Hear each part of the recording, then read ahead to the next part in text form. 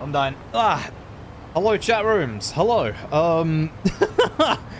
Yeah. May have fucked up. I'm very glad I decided to try and make a schedule for this week, because this week is hellishly busy. I'm gonna blame the flu on this one, because you may have heard me say yesterday, I have GDQ Hotfix it's on Wednesday night. Nope. It's tonight. I'm gonna blame the flu on that one. Thankfully, I have been doing a little bit of practice for DP off stream, which is good. But yeah, no. My dumbass thought Deadly Premonition was not tonight, but tomorrow. It is in fact tonight. I also thought it started at 3 AM. It ends at 3 AM. I don't know how the fuck that happened. I'm gonna blame the flu. I don't think I can blame the flu. Because I was thinking today, that the GQ Hotfix was supposed to be on Wednesday. I was like, wait a minute. I know Dice's show is on Wednesday, so it can't be that. I looked again at the Discord. I looked properly. And it's like, oh, it's actually Wednesday at 12 AM. Because Discord has the really cool thing where it like converts time to like your local time, and I'm staring at it like, oh no, that does say Wednesday, not Thursday. Oh no. Because my days are different because of the fact that I stay awake like overnight. So I think that I confused my Wednesday with what would be a America Wednesday. Yeah, I fucked up. The nice thing is I have actually already been practicing Deadly Premonition off stream. But I would like to do a run on stream so that, you know, we get this done, we get a nice little round of practice out. And yeah, we have that in the bag. But DP GDQ tonight, not tomorrow, tonight. So it's gonna be in 4 hours 50 minutes from now. So this run being 3 hours, we better get it done. We better get a move on. Did I forget to plug my capture card in? I forgot to plug my capture card in. Yes, I did. That's my PC. Please hold. Please hold.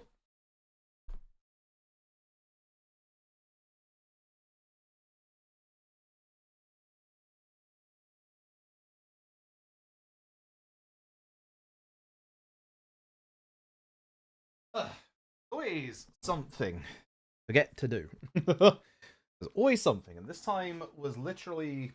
Oh, I put it up. This time was literally plug my switch in. I would like to, while I am here, charge my controller. Oh yeah. Let me pop the monitor over so that I can see. That's the wrong button. Please stop pushing that button. Holy shit, please stop pushing that button. You are gonna break settings. Stop break settings. There you go. So you'll get vision back in a second. You're losing vision because I'm gaining vision. There we go.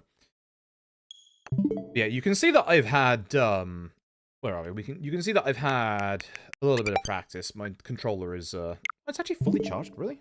Did I charge it yesterday? I don't think I did. Weird. Yeah, I don't know. I didn't think I did, but yeah, maybe I did. But yeah, no, we're gonna do some Deadly Prem tonight. I'll probably do this a little bit less energetic because I've been awake. Oh, God, I've been awake so fucking long today already. I'm going to awake like 6 hours already today. So my energy levels are actually pretty good at the moment, but I want my energy levels to be this good later on for the GDQ Hotfix. I'm probably going to just, you know, be a little bit steady instead of like high energy for this, and then do high energy for the GDQ Hotfix. I've got my notes up, right? Yes. Yeah, those are the ones. Just in case. Good. I do like how my notes for... I don't have, like, written notes for the out of bounds. It literally just says in my notes, do the skip, because it's like, hey, you should know this by now. You should know this off by heart by now with how complicated that skip is. Like, it's hard to make actual notes for it. I also made a bit of a mistake with... oh god, I need to turn the volume down, otherwise that's going to be an issue. Made a bit of a mistake with... one of my profiles. Fruit was supposed to be my full completed profile, and I accidentally was doing practice on this one and didn't finish a practice attempt, so there is no full complete run on this profile now for just in case. The Big Bad Gameathon one does have a full run complete. Wait, no, does it? Or was that the crash? That was the crash, wasn't it? Let me double check, actually. Double check. Also, you may have seen a, you may have seen a very specific game on my Switch dashboard there. Please ignore. Thank you. Please, please ignore. Yes, it does work. That is a press copy given to me by RGG, so please ignore. Please ignore. I've not touched it yet. We're gonna wait until that happens. That's the epilogue. So we actually did get through. Okay, so we did actually get through the entire thing. Okay. That's fine. I can use. This was BBG, right? We can use BBG as the full completed save then, and then have that as the just in case anything goes wrong. Here's a chapter select profile.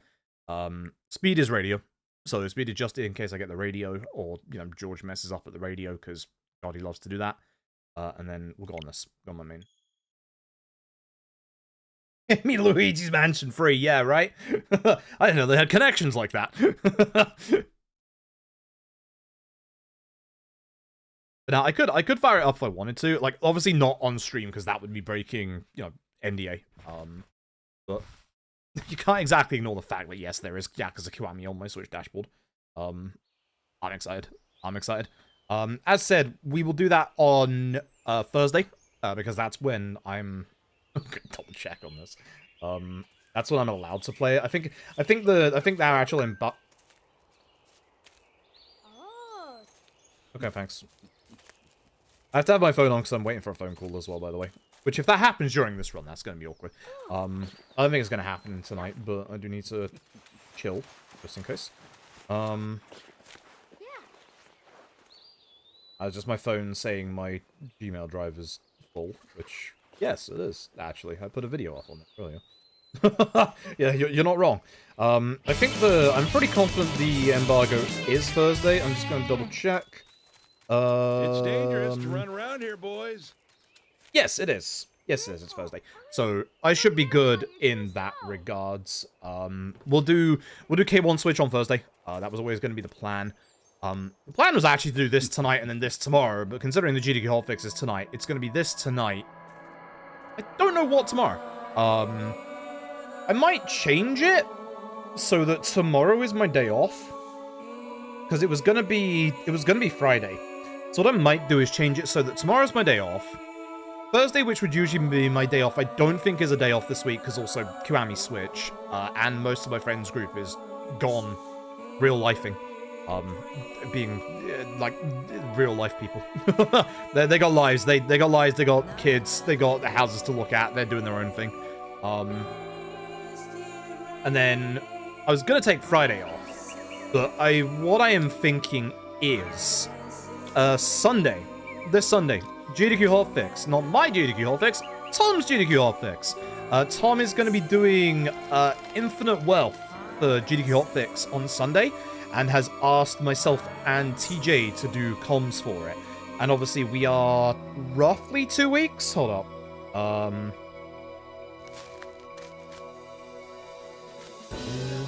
Yeah, we're less than 3 weeks away from questing for Glory, where I will be doing like Dragon Infinite Wealth. So yeah, I'm thinking that what I could do instead is take potentially tomorrow off. Thursday do K1 Switch sponsored. Maybe K1 Switch sponsored on Friday, or a speedrun of K1 Switch, because my first playthrough I'm planning to do the hard no upgrades challenge, like, and we'll rewatch all the story cutscenes, because it's been quite a while. And then Friday was going to be my day off, but now instead on Friday, I could do Infinite Wealth, and then on Saturday also do Infinite Wealth.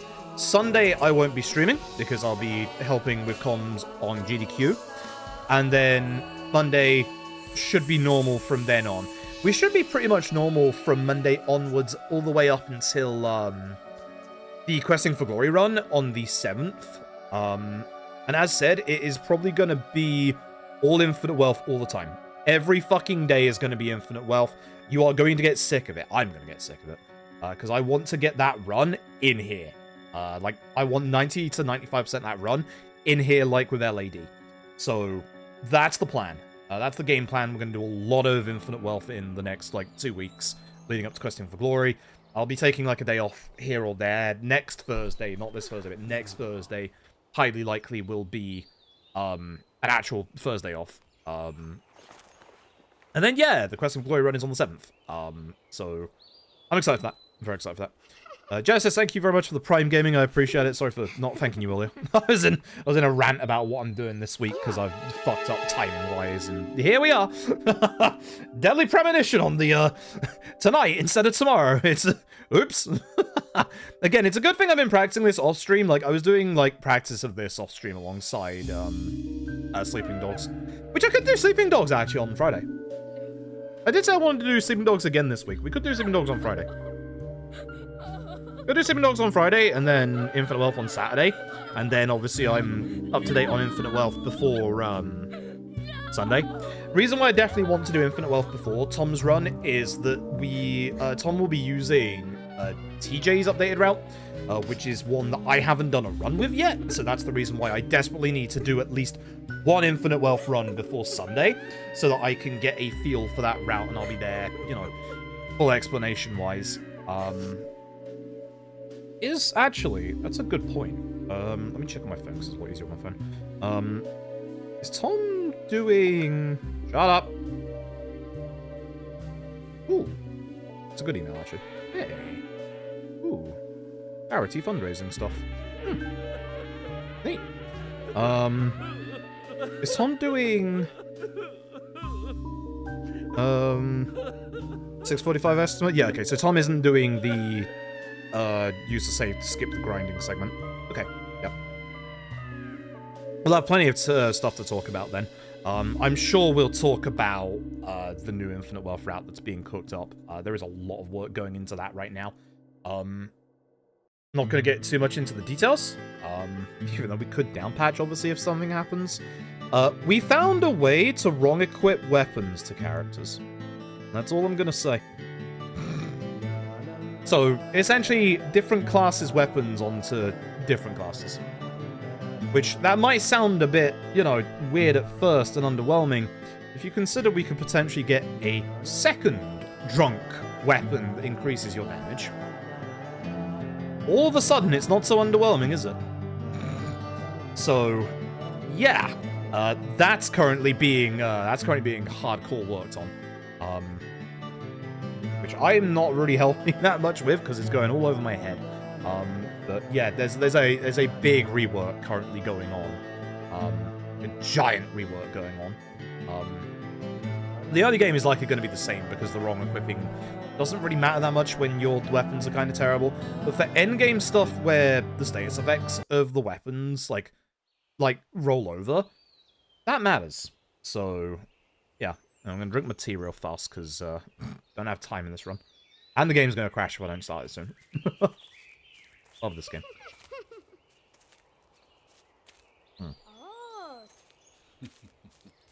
I do have my razor to trim my mustache, which I should have done earlier. I haven't had time to set it up yet. So I'll do that before the GDQ Hotifx tonight. Trim my mustache down a bit.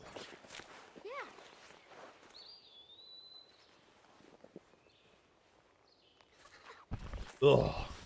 Good cup of tea. Might trim my beard down a little bit. Oh, it's a bit bushy at the bottom. Anyway, let's do this. Let's do this. Oy, oy, oy. Yeah. I got you dead. Alright.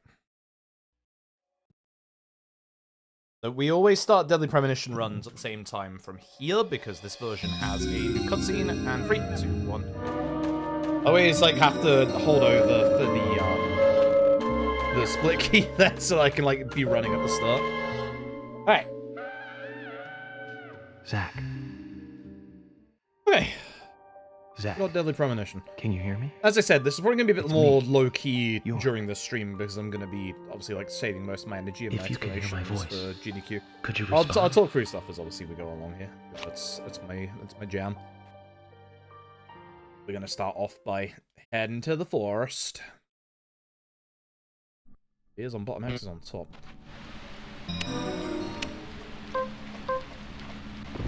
So for barricades like this, you want to use a melee weapon. until we get like a fast-firing gun. Your pistol, I don't know, I think they like nerfed it a little bit in like the subsequent versions, which is good.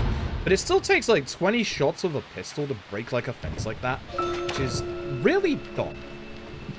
Like, really fucking dumb. Deadly Premonition is not a game about balance, either weapon-wise or audio-wise, as you will hear coming up in this run. I love this game to bits. I absolutely adore this game with every fiber of my being. But man, it makes it hard to. It really, really makes it hard to. Drop my stamina a tiny bit there so I can pull it back to this. The thing at the top left is your tension gauge, also doubles as stamina, as you can see. So like holding run and stuff like that, boosting car, etc, etc, that's going to build it up.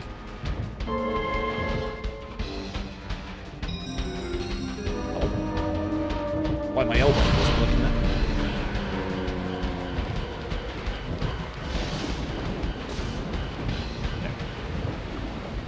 Okay, and then every single time we go to a crime scene, we do have to do the investigation. Thankfully, these really long investigation parts are skippable. If they weren't skippable, it would make this quite hell. So yeah, thankfully they are very, very skippable. Even though the gun is equipped, we do want the knife coming up. If we run this side, that enemy will dodge to the left, so we're guaranteed to get past them. I'll be running at enemies in specific directions during most of this, just to try and make it so that they actually, like, move out of the way in specific ways, so they won't block me, like, on corners like this, for example. Most of them will be pretty obvious, but then there will be some enemies that I am moving in a specific direction to make sure that they don't get in the way. Extra swing, which is bad. At some point, I'm going to have to stop for my stamina. There is an enemy ahead, so I'm going to do that right here. That so it's like half. At this point, the knife put away, I'm going to get the gun equipped, and now you're going to get to hear crunchy audio. That is not my capture. That is not your speakers. That is the video game. There is nothing I can do about it. It's going to get worse. It's not that it's going to get worse or it gets better. It's just going to get worse. There is no good part about the audio Deadly Premonition. It is going to get worse. That is just how this game works. Are you out? If you get lucky with the angle you take, you can actually just run straight past them, but I don't trust it after I've been grabbed a couple of times. It's been a while since I've had the angle work out for me, so I don't risk it these days. It's like a good 15-second time loss if you get grabbed, where it's just moving around like that. It's not going to lose me that much time, like an extra second almost. We're quite far back there, which is good. That means I can just sneak by you. Right-hand side to make you go to the left, and you as well. That means you won't get in the doorway. The second enemy can very much get in the way of the doorway, and then you're in trouble at that point, because the enemy behind you will come up and attack you. B is on the bottom, X is on the top. Remember that, because there are QTEs in this game, and they're kind of nasty. Some of the later QTEs in the game will actually... I don't feel like that was late. He's supposed to be by the rock.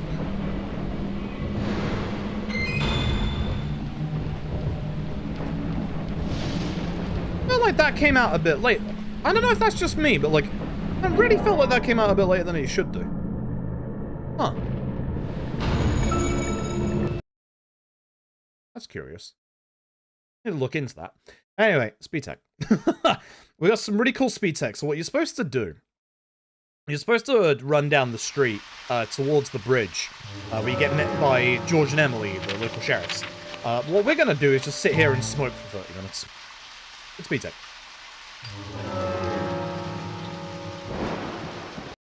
If you take too long, the game assumes you got lost and drags you down the bridge.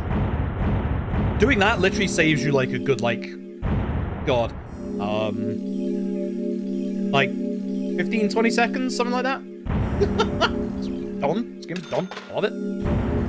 Absolutely adore this game to bits. Literally one of my favorite games of all time. So any stamina we had left over coming into that bit is going to basically drag over to this bit, so I won't have, full. So I hold off for a second then before I start running, and then we should be good. Why am I diagonally angled? Shouldn't do that because the camera angle was the correct angle when going through the door. Alright, now we get to the quotation marks fun part. Hold your breath. Hold ZR, otherwise you get game over. Congratulations. This is a stealth mechanic that's actually in the video game. It is diabolically bad. Never use it. You will literally never use it. It's pretty bad. There will be 4 sections like this in the run. You know, I'm just gonna sit here, hold ZR, have my cup of tea.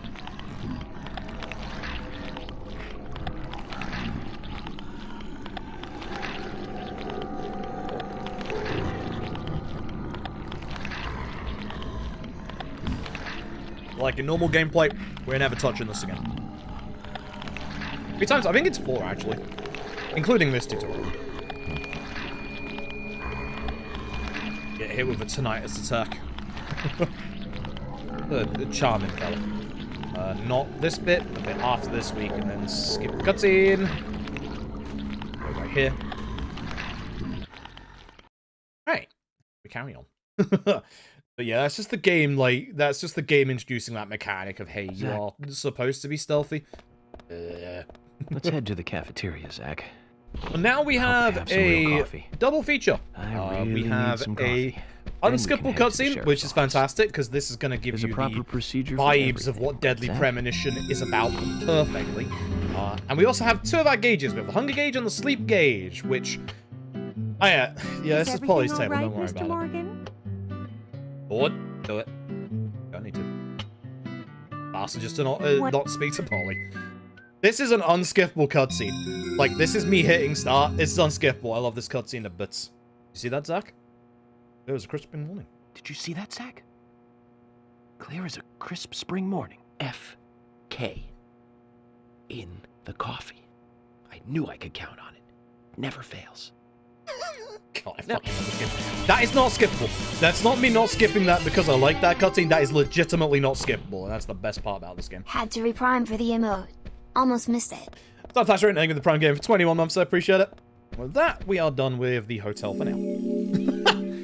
Genuinely amazing game. This game is wonderful. Lost 0.2 of a second. My movement bad. And now we get to one of the most interesting aspects about speedrunning Deadly Premonition, and for me, one of the worst because I'm on the Switch version. So, in terms of stability, the original 360 version is obviously probably the most stable. The PC version is, if you can get it working, good luck.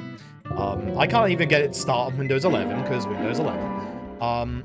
However, the Switch version is easily the version you can just pick up, buy, and play right now. Downside. The Switch version has the worst driving.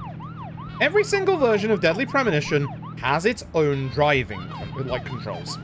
Like, in terms of how good it is, in terms of, how accurate it is, and how sensitive it is.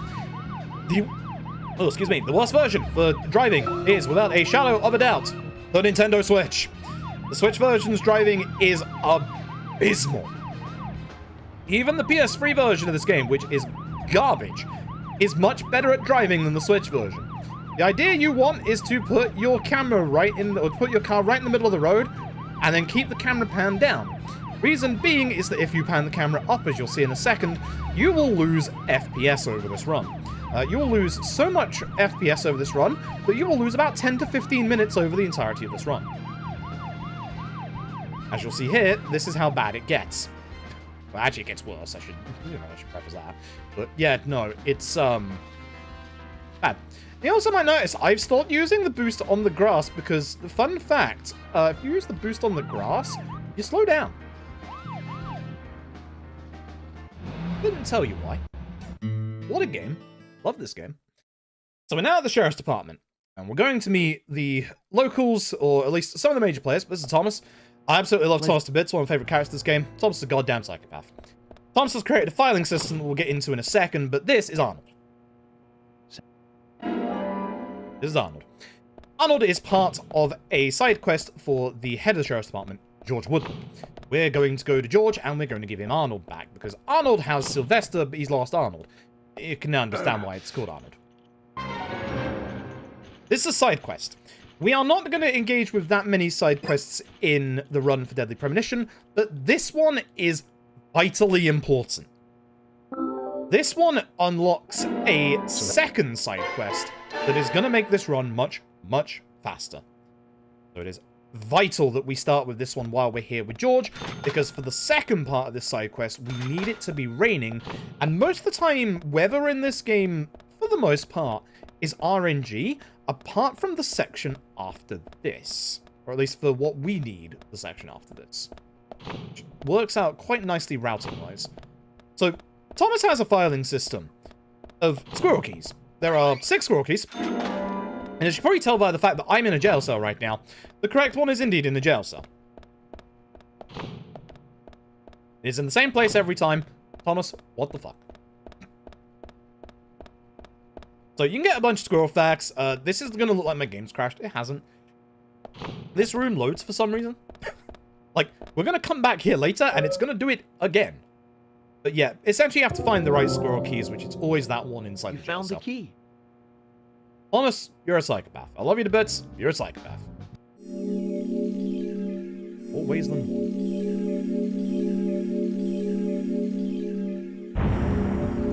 Cool. So that's our basic undertaking into the police station. Sheriff's Department. Now, I've already mentioned the driving in the Switch version is pretty bad. What if I said it gets worse? Because there is a gameplay mechanic that makes your driving even more slippery than it normally is. It is, of course, rain. So rain is going to be random in the run. There's actually a point where we don't want it to rain because that will actually lose us a chunk of time because we won't be able to buy a car that we need. However, we would like it to rain in this bit, which obviously it always will do because it's guaranteed to. The rain is good because this is going to spawn an item for George's second quest. We're also going to take a detour across the town via this field. Make sure I'm going the right way. But you'll see that I turn off the boost as I get onto, obviously, like, off-road. One thing that is vitally important I haven't spoken about with driving. At the bottom right of the screen, you will see a fuel gauge, and you will see a durability gauge. The fuel gauge will not be a problem. Because we know where we're going, etc., we don't need to worry ourselves about fuel. The durability, however, is a big problem. If that durability, oh my god, gets to 0, we're in big trouble. What we're going to do, it's going to park the car. It's going to cause George and Emily to go off without us to the hospital. And whilst we're here, that's good parking because it does replace you. I'm going to grab this flower. Fun fact about this flower, you can't get it if you're above it like that. Great game. Boxes don't exist. Love this game. With that, we're now going to go back to the car and go to the hospital. That flower is an important item for the second side case that we are going to be doing, or side quest. That is going to get us the item that we need. Oh god, see what I mean about this drive. And don't you worry, the driving is going to get worse. Come on, let's go. So we're going to head to the hospital. We have been invited by the local doctor, Usher, to obviously go to the morgue, obviously see the body of the first victim, whose name is Anagram. Anagram. Real. Please turn. Oh my god, this car. Spend some time. Well, I took the sirens off so I could turn, but nope. I was very much sliding there. I didn't look like it. There should be 235146. 5146. So, whilst Thomas is also a psychopath, so are the rest of the residents of Greenville. This is the hospital. To get down to the morgue, we have to do a puzzle. A chess puzzle.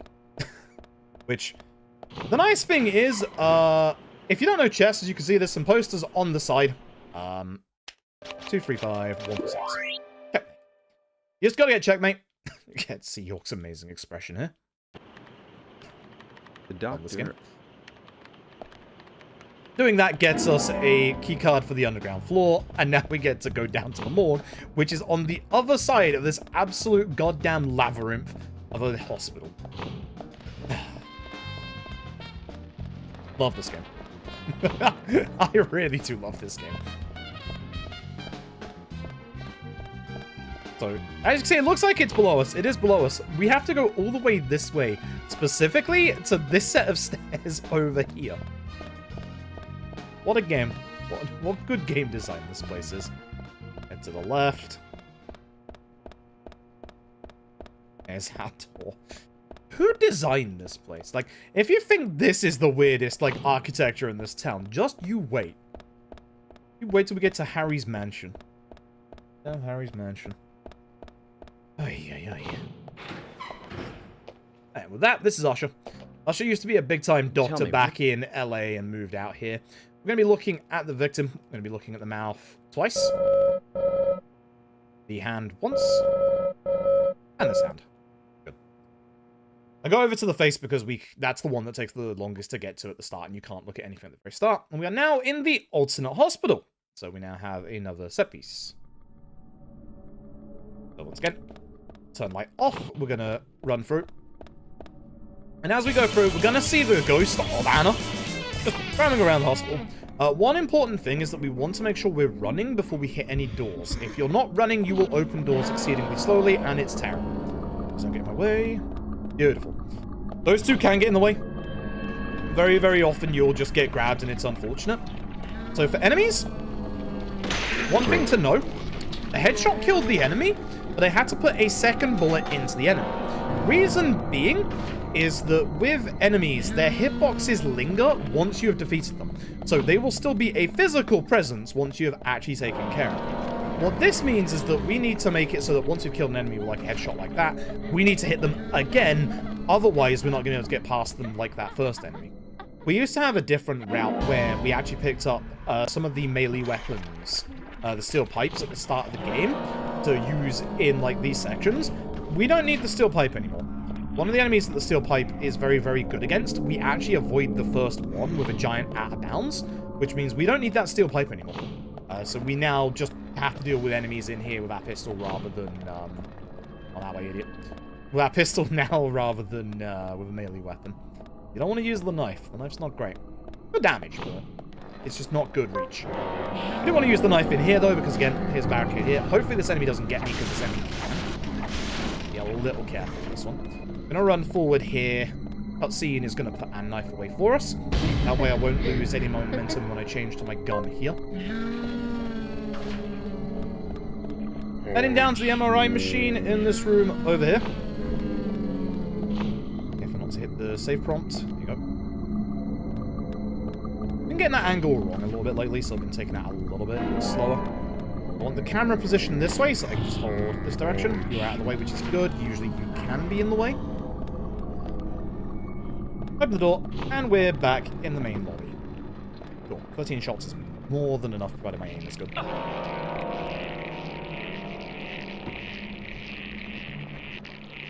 Also, Berserk X187, thank you very much for the prime. I don't know if the alert actually went off. I don't remember hearing the alert. Maybe I just didn't hear it. But yeah, Berserk, thank you very much for the prime gaming. I appreciate it. Thank you very, very much. I have no idea if the alert actually went off. I feel like it didn't. I'm just locked in.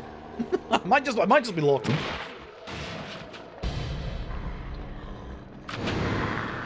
Right, so. Take care of the enemies, as we said, so ideally headshots. Good shot. Bullseye. That's a bad shot. Bullseye, yes. Again, we want to make sure we shoot them at least once so that their bodies will disappear. Scary. Have the first aid just in case, and then I'm going to reload because our bullets will carry over till the next part. If I can get over here, there's another small medkit. It doesn't really matter that much. As long as we get the medium as a just in case for the rest of the run, because you can very easily die in this game, especially later on. We don't get our health replenished over the course of the game, so we will have to carry our health over and any damage we take to, obviously, the end of the game.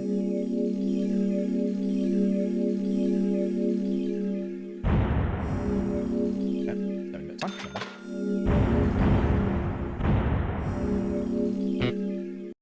Maybe with a good luck, Quiff. Appreciate it. Alright, so. This is where we're going to head off to the actual scene of the first murder's victim, or where the body was found, I should say, not the after. Going to be heading to what is going to be known as the Tree of Honor, which is going to be somewhere we use quite a bit in this speedrun for speed tech. And because this is a long journey, you don't want to... You've probably seen, like, talk at the bottom a couple of times. You don't want to be talking when you get to a location, because you have to wait for the conversation to finish. But because this is a long journey, I can give you one of the talking sections coming up here. I was going to say, I know there's a car that spawns here. Most of your NPC cars spawn positional based on when you get to a place. So they're mostly fixed car spawns. 2 grandchildren, Isaac and Isaiah. What were they doing in the forest? Just their daily routine. They found Anna's body during a morning walk. So you've talked to them already? Not officially. Not yet. Not yet. Are you out of your mind? You haven't interviewed them yet? Agent York, that tone is hardly appropriate. We were given orders to wait for you to arrive. Orders by who? A man called Abrams from the FBI. Robert, is it? Good old Bob Abrams.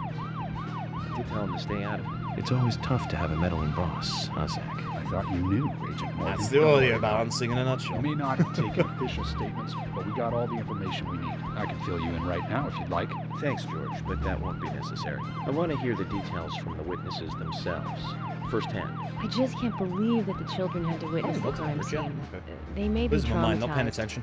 You'd better do this carefully. So yeah, you can see I'm letting go of the boost every so often, because if I Not at all. don't, then That's- we're gonna that's not what I meant. obviously Then what run did you into mean? a lot of Just complications. forget it. You do not want that tension gauge to hit max.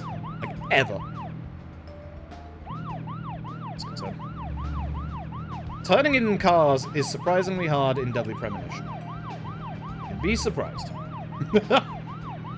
So, what we're gonna do, on the way to the actual morgue itself, we're going to take a very small detour. It's gonna look a bit weird, but this is speed tech for later. Again, we really want to stay as close to the middle as possible. It's me lightly tapping the left stick, by the way. If you want a bit more control, let go of the boost. Let go of the boost on this corner because it can be a little nasty. You can roll the car very, very easily. Get at least one, if not 2 cars coming up on the right. Definitely one coming up as we get closer to Lysander's, which will be in a second here. So this is Lysander's. I'm going to try and... Nope. Try and slide in here, I was going to say. What I want to do is drive in and get out of the car, which is going to force Emily and George to Agent go away. York. And then we're now back outside. And I'm just going to drive away. You might be wondering, that seemed like a bit of a weird thing to do, considering, you know, I didn't do anything. That is going to make Lysander's be on our fast travel later. Be boosting some on the grass. In the grass. Tree. That was a bunch of times I've been driving pretty badly in this spot. Ugh. Yes, this counts as grass as well, the train tracks. There is a giant shortcut across this field. There's multiple ways you can get to it. You can also get to it from the graveyard to our left. Sadly, the graveyard doesn't have a fast travel location, which really sucks because, like, we'd be able to make a bit later on a bit faster if we could get a fast travel point. Austin powers that. Pretty good.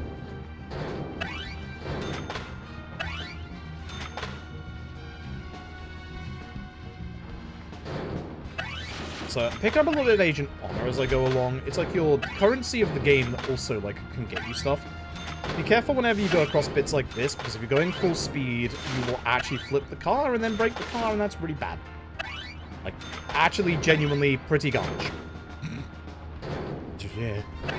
Because you will get restarted, like, a bit further back, and then you have to deal with trying to turn around in these little areas, and... Yeah, don't do that. It's pretty bad.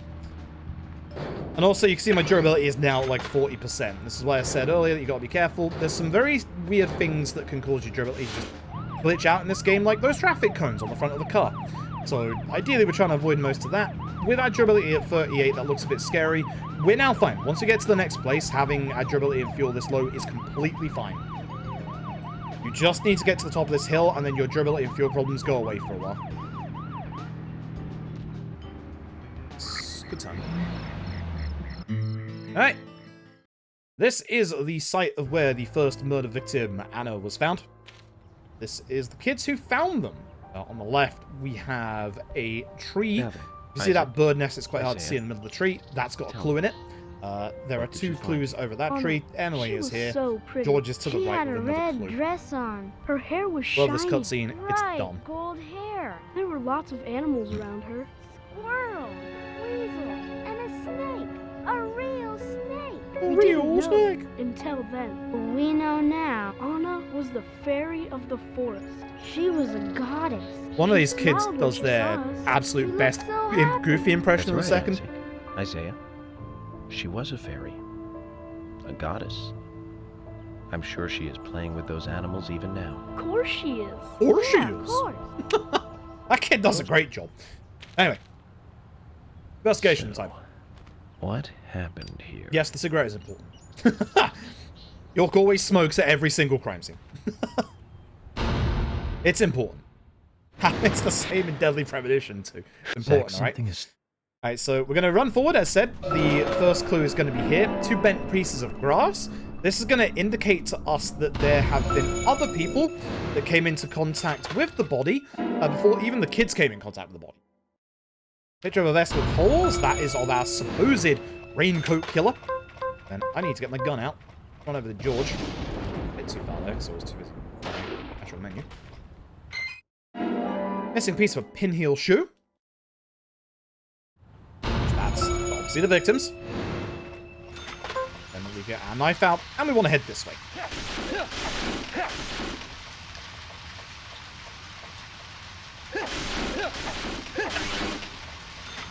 And knife is a bit quicker to break the barricade with.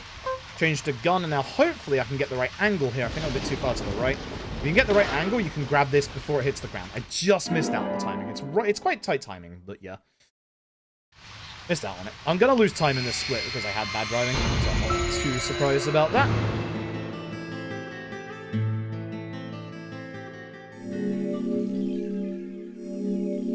I might be saving a tiny bit of time.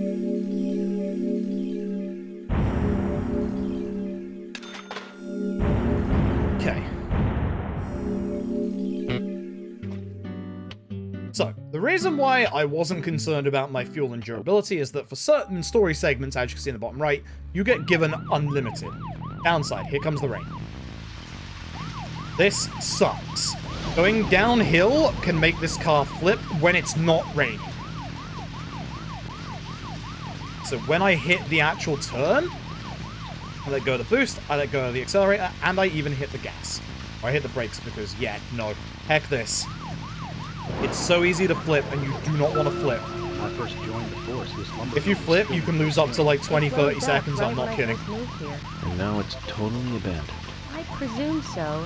I've never really been inside, so I don't know for sure, but it sure is run down. Deserted buildings are perfect for criminal hideouts and activities. I keep telling Harry to have the place torn down. Probably. After all, it's already been used as the site of Anna's murder. We don't know that for sure yet, Agent Morgan. We do know that, don't we, George? But the perpetrator selected the lumber mill. Agent York, you seem We know that, very don't we, George? confident about this. There is no cars that spawn along this road, so you're all good. Confidence is a sweet spot between rude and hopeless. I'm just drawing natural conclusions from the facts that we've seen. That sounds exactly like being full of confidence, at least to me. And normal people with common sense. Common sense can be the opposite of facts sometimes. Bear that in mind. Oh, I will, Agent York.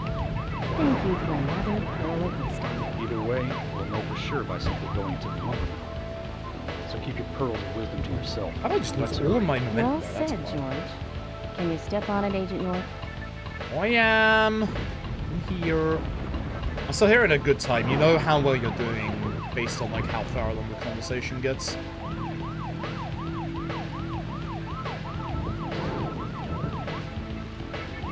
Then the lumber mill. Again, if you go across this, you'll lose your speed, so I'm like going a little bit further to keep that speed and boost. Alright, so time for the alternate lumber mill. We are getting alternate set pieces thrown at us left and right. This is a very long set piece. It takes like 15 minutes. It also is very RNG towards the end, which sucks. It really sucks. This place can just kill a run outright. Reasons you'll see. Now you'll notice ahead with the barricade, the right-hand side is actually like slightly broken already. That means it has less HP. So anytime you see like a slightly broken barricade, make sure you hit that side. And hey, there's our raincoat killer we've been chasing. What are you doing here? Once again, investigation.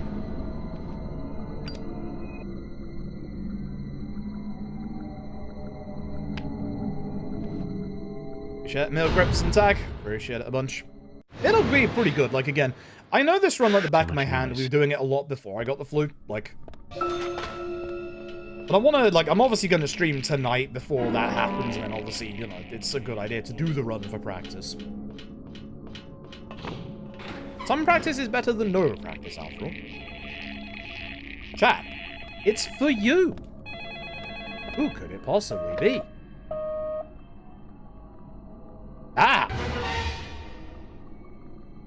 First peace symbol. Drawn in blood. Very similar to the mark on the photo that we saw at the previous site. Now looking at that, we gain access to this box which gives us the key to the engineering section. That opens that door. We used to grab the smoked salmon that was inside the locker there to be able to help our hunger gauge, but we actually have a different route for that now, which is not too bad.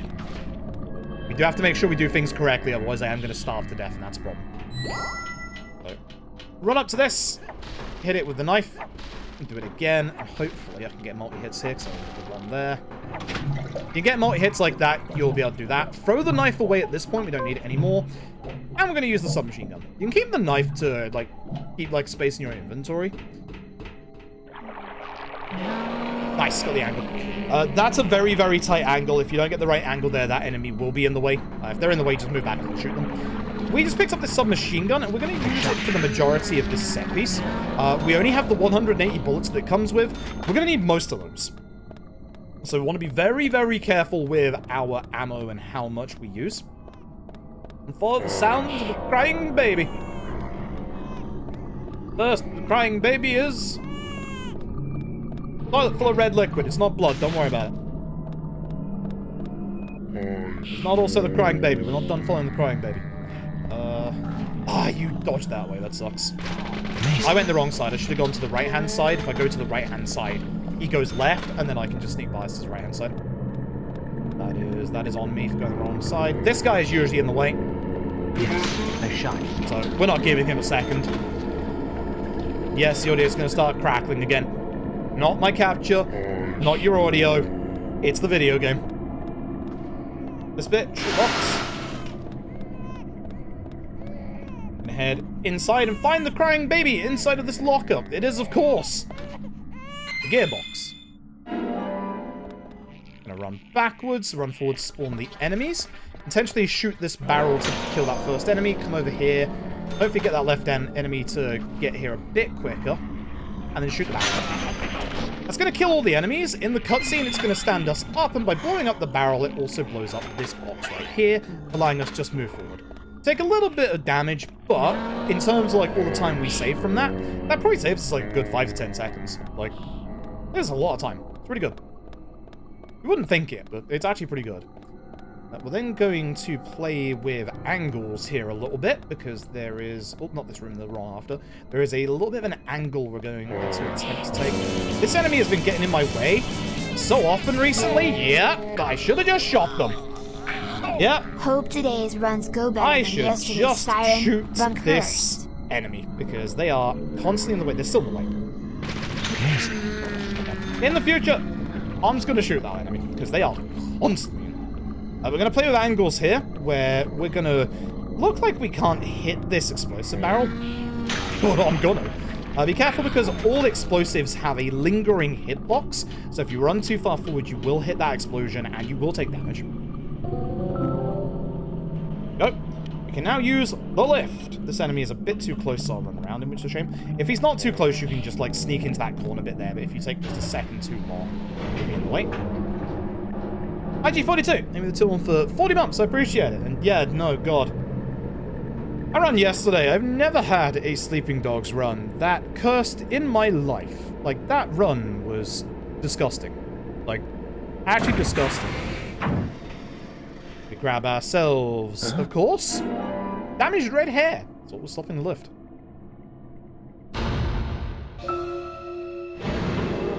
And with that, we get 2 enemies this one. The quicker we deal with them, the quicker we get back into the game. Great. So one thing I am doing is using the game's lock-on feature. The lock-on feature in this is pretty good. It's not good when you have multiple enemies, but when you're trying to like aim at one enemy in particular, it's actually really good. It's actually really, really good. But shout outs to the lock-on feature. The lock-on feature in this game is not actually that bad. It's a lot better than you would imagine. This door up ahead doesn't have a handle, so we're going to give it a hand. If you look along the side of the corridor, you'll see a bunch of red handprints. They're leading you to where the door handle is. We're going to intentionally go this way, where an enemy is trying to spawn in on the right. By going up to them and shooting there, it's going to push them back out of bounds. Now, ideally, they will stay over there whilst we're busy doing this. This puzzle has a solution that you can see behind you on the door, or you can just shoot every hand and hope that it's a good one. Third isn't great, but the position of this hand isn't too bad. Left-hand side is close to the door. It's a little far in, and you have to wait for the water to drain, but there are worse ones. Thankfully, as you can see, there's your clue right there with the no fingers. Except he should be out of the way as long as I stay here. Yep. Where are you? That's lucky. I should honestly be shooting that enemy there. I should not be attempting to get past that enemy in any fashion. Pull the door. Use the door handle. And now we get everybody's favorite wiggle QTEs. Wiggle, waggle, I don't know the nomenclature for it. Either way, that's the easiest one in the game. They're going to get worse starting in this goddamn set piece. That's the reason why this set piece is pretty RNG. So we're going to head forward. Notice there's a bunch of valves on pipes in this hallway. Don't worry about it. Don't worry about it. Observe the mirror.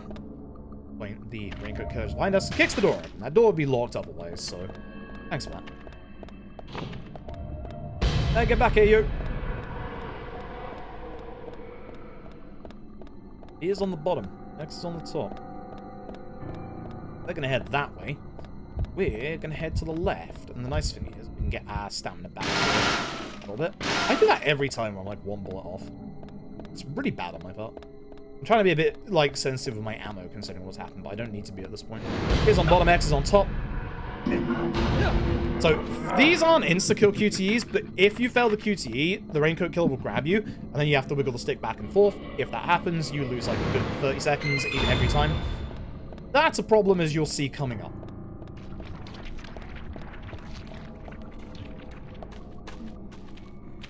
Forward. And we're going to shoot this lock. I got too close to the door, so I can aim down. Quick enough. So for this next bit, we do need to be very careful with our tension gauge. We need it to be relatively low. So every time I interact with something here, you can see that I'm stopping for a second.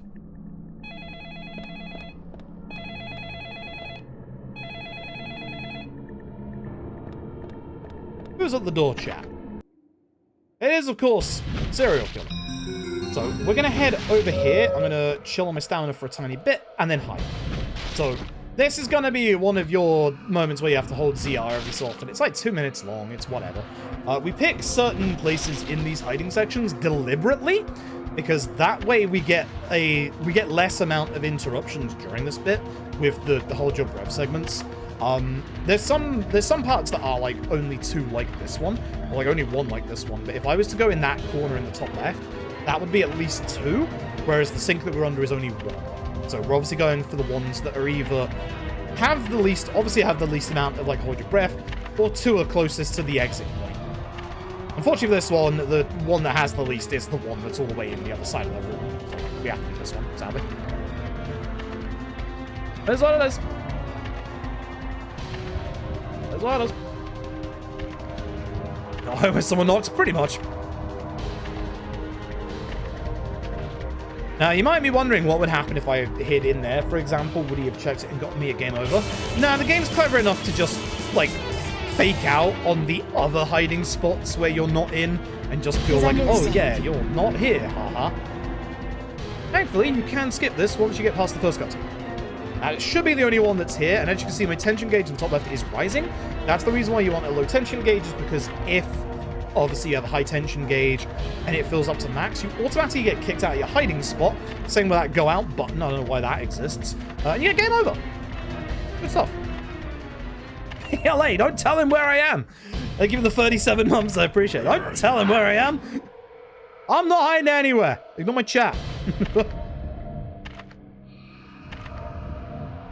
This isn't the bad part of the set piece. The bad part of the set piece is coming up after this. Thankfully, that's that. We're all good now. Let's get a couple of cutscenes. He will always throw the axe into your general, like, hiding vicinity as well. He'll never, like, actually get you, but it's always, like, one of those funny, haha, he knows where you are, but at this point, we're now just going to run backwards. Our tension gauge isn't going to matter once we get to this next corridor.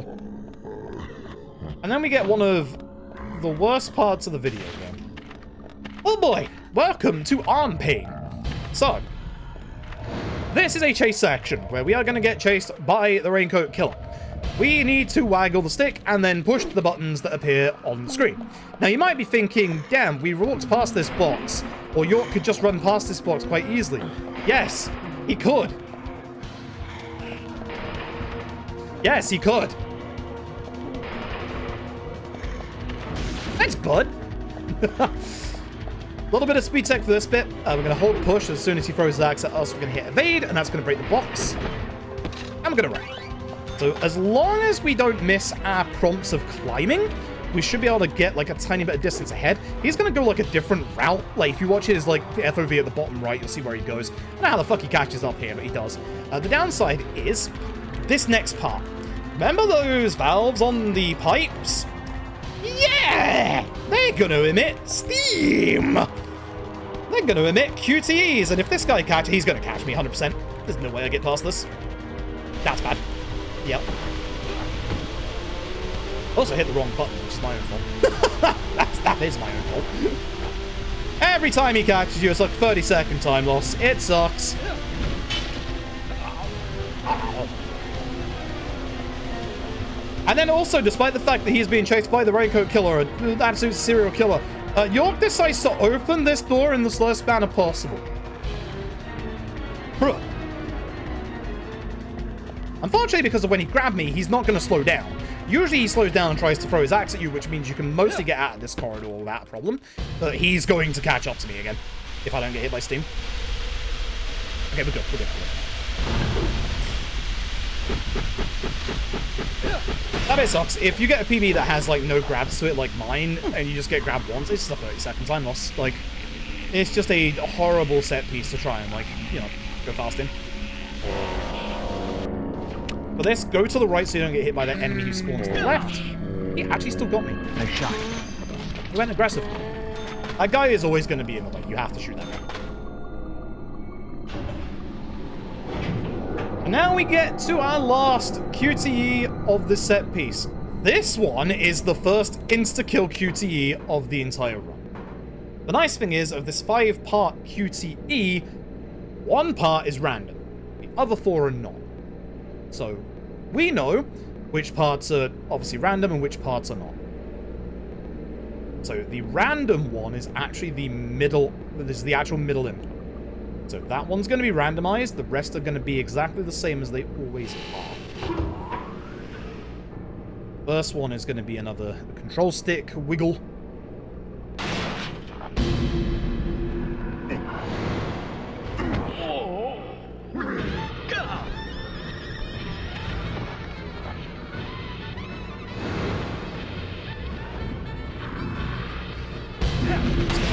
Why?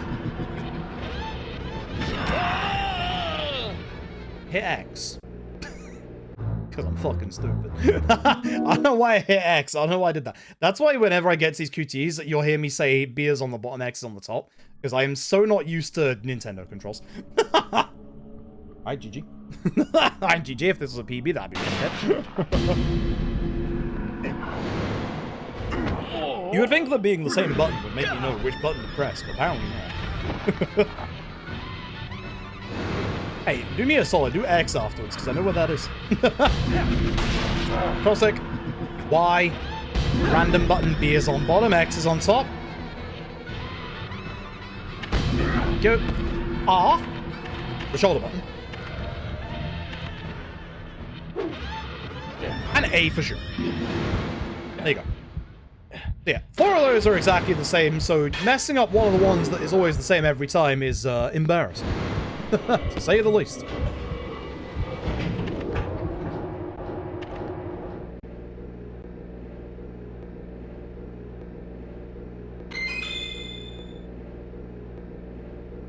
Okay. So that's our last piece of evidence, and we can now leave.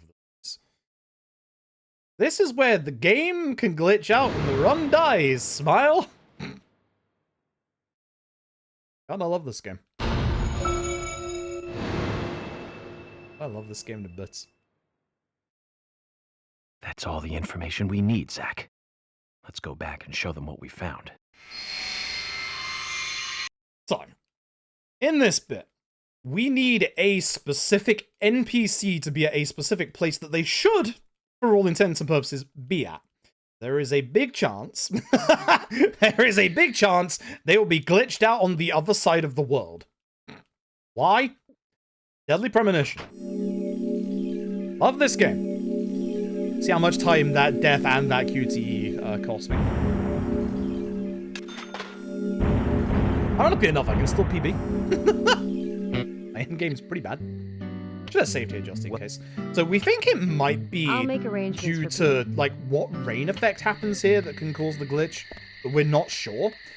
However, you can see that I'm running over here for this car because this is a fresh car with fresh fuel and durability. This is why I said earlier that once we get to the Tree of Honor, our durability doesn't matter anymore. We just get a fresh car here. So we're going to be going a weird direction off-road, because we're going to head not to the destination we need to head to.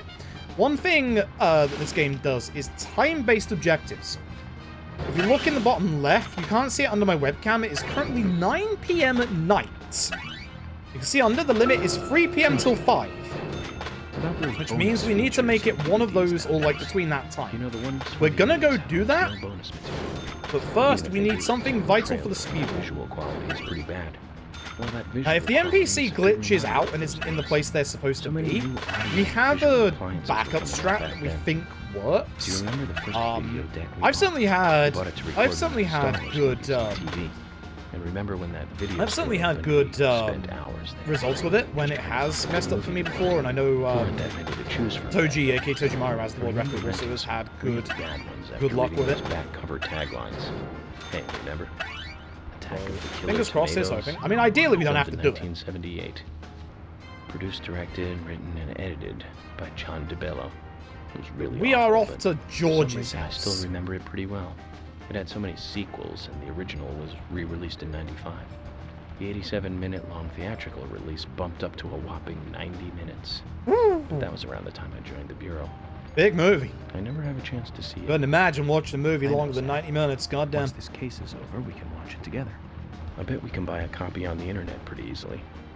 From one of like the 30 different places that license movies, yes. Someone will have it. So there will be cars on this road. I think they're mostly on the right-hand side. Be careful. There's one going to be on the left, so you get a little careful. And then as we get closer to George's house, I'm going to point something out. George's house is unique in that it has a red tree. Red tree in its drive. Interesting. George, you asshole, you'd better be here. He is. All right, run continues. Is there something here that you want to check out? Need to be at the community center by 5. So, please, George. George shuts the door in our face. So, George's mother is sick. This actually is very plot relevant, which is kind of cool. George's mother is very sick, so he has heard tell of a mysterious flower that can cure any illness, which is the flower we picked up earlier whilst it was raining. Our reward is the radio. The radio is fantastic. The reason why is that the radio is fast travel. I'm going to use it immediately.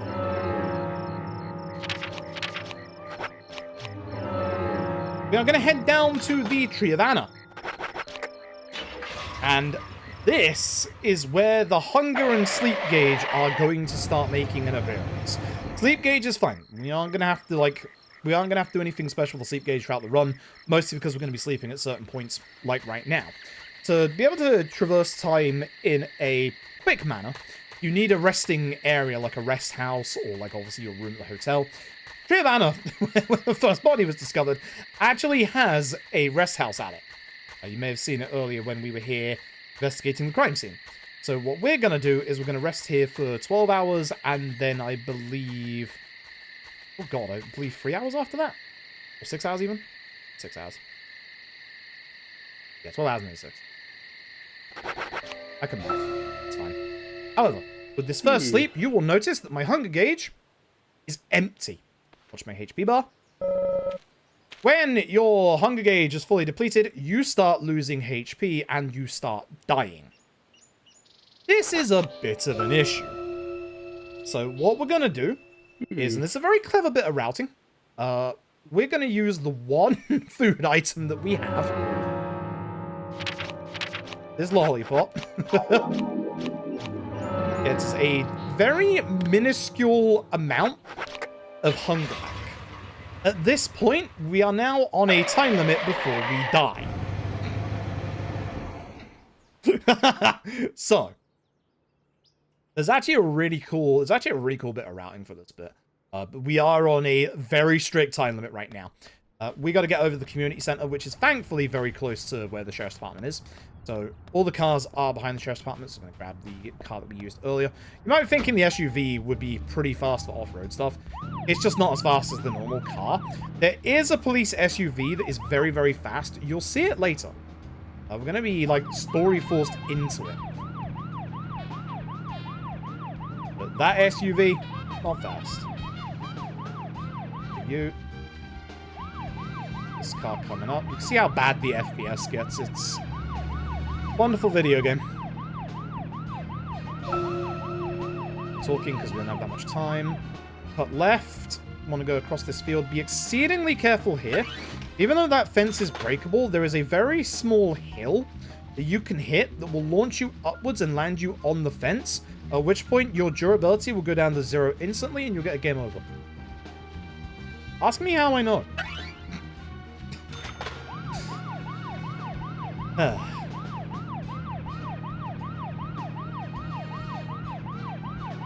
which point we're going to go in here and I'm going to try my best to drive across here. Jim, help. I'm losing control of my car. Oh, bugger. That's Harry and Michael. Please don't hit Harry. Although, actually hitting Harry might speed this game up a little bit. Naturally. So, this meeting here is what gets you to now meet all the main characters and side characters of the video game, including the next victim. So, you can speak to the members of the sheriff's department here. Thomas's conversation is actually vitally important. Harry knows something. Harry always knows something. He owns pretty much the entire town. Thomas's conversation reveals that Thomas has a lover, and they have a tattoo of them on their back, which says, Love G. This is Carol. Carol is unfortunately going to end up as one of the future victims. But that's for later. That's for later. She's going to become a very big, important character later. I think this guy's name is Fred. He is the grave tender. We'll go to his graveyard later. This is Quint. You could never guess because there's a Q on his hat. That's simple. This should be Richard, who doesn't have that big of a part in this. Quint is Becky's boyfriend. Meet Becky later. This is Usher. You've already met Usher. Fiona's gonna give you the backdrop on Usher being, once a famous doctor in LA.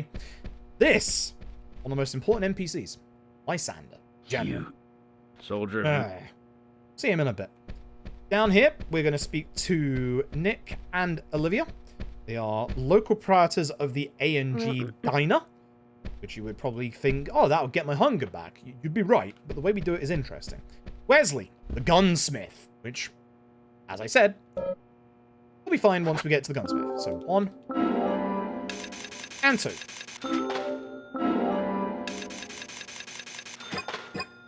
You've got... We only need the 2. This is Keith and Lily. They own the local greengrocers, the milk barn. Keith's a bit of a rocker. Y'all know Polly, she runs the hotel. Seen her a couple of times. This is Sigourney, the pot lady. I guess why she's called the pot lady. Her side quest sucks. This is Jim. He found, obviously, the body with the kids. This is Jack and Gina. You'll never see them again. They run the local gas station. If you go and get your car filled up, Jack will spit on your car for free. Great service. I wonder how I'm losing a minute here. That happened last time as well. It's been happening in all my runs recently where I lose a minute in the split. I don't know why. Need to check. There's going to be a reason. I don't know if it's my driving. It might be my driving. Might actually be my driving. Alright, so... if we don't eat, we die. Simple as that. So let's fix that right now. It's part of the story. The game gives us two choices. Or go directly back to the Back to the hotel, which would be faster Zach. for the speedrun, or go and eat at the diner with the local sheriff's department. We're going to go and eat at the diner, because one, this is going to refill our hunger gauge to full.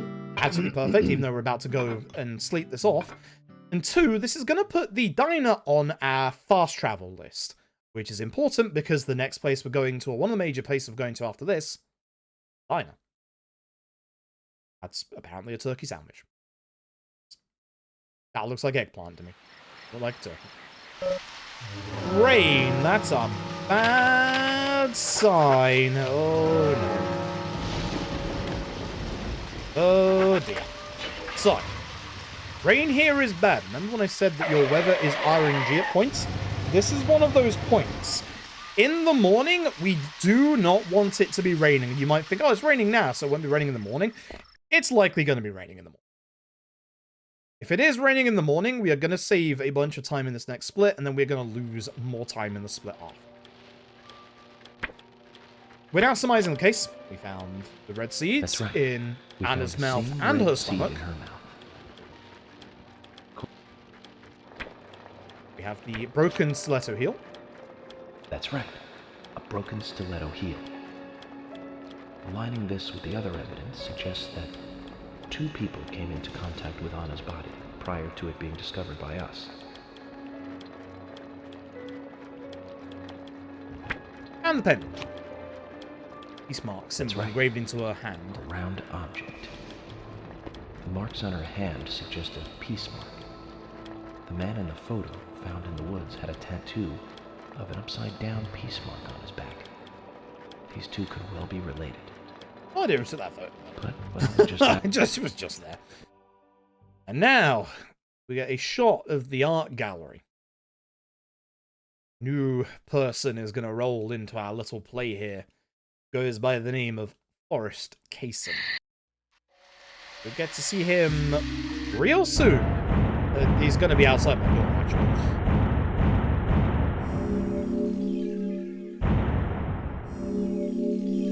Okay.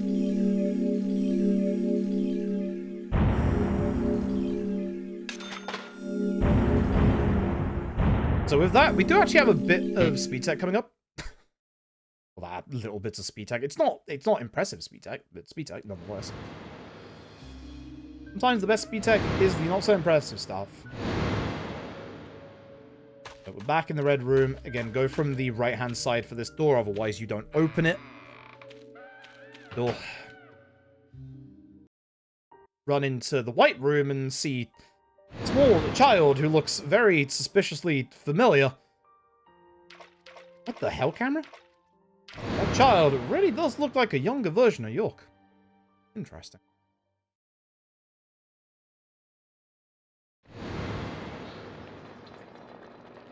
So with that, we leave our room, and we meet the aforementioned Forrest Kaysen. And more importantly, we also meet Deputy Weller.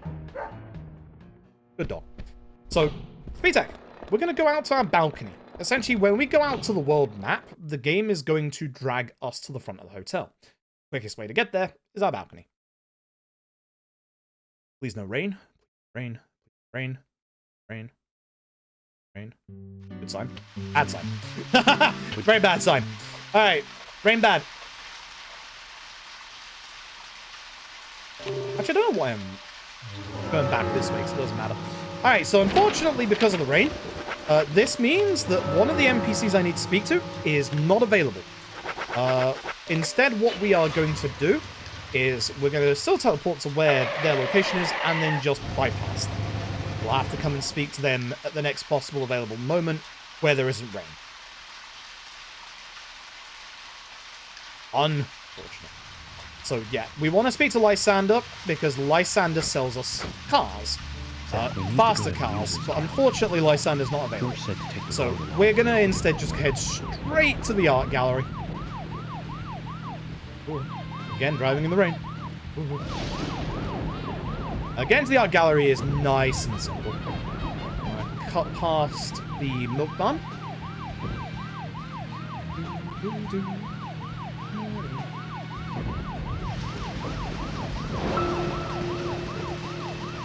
There is an item that changes the weather effect in the game, but we do not have access to that as part of the side quest. We obviously don't want to go and get access to that because it would take up a whole bunch of time.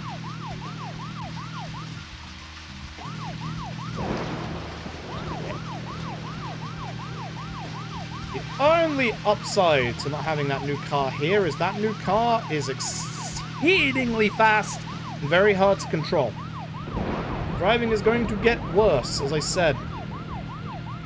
I don't remember driving straight here if there are spawn cars or not. I think there is for this bit. There's like one on the left. A little bit.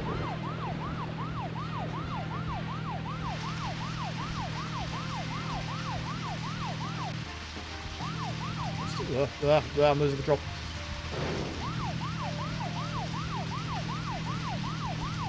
It's not turning just yet, which is good. The turning will be coming up in a little bit. Turning is here. And so yeah, I'll be saving a little bit of time here because obviously I haven't gone out of my way to buy the car, but I am going to lose time in the next split because I am going to have to go buy the car. Which sucks. Okay. Right. So this is the art gallery. The art gallery is going to be the scene of a giant skip in the run. There is a very, very big set piece that happens here. Olivia is here. That set piece is actually fully skippable with a giant out of bounds that we're going to do. That breaks the video game. Essentially in a bad way. Huh? So head to the left. Got a door code, which thankfully, I've said door code. How am I split? 641.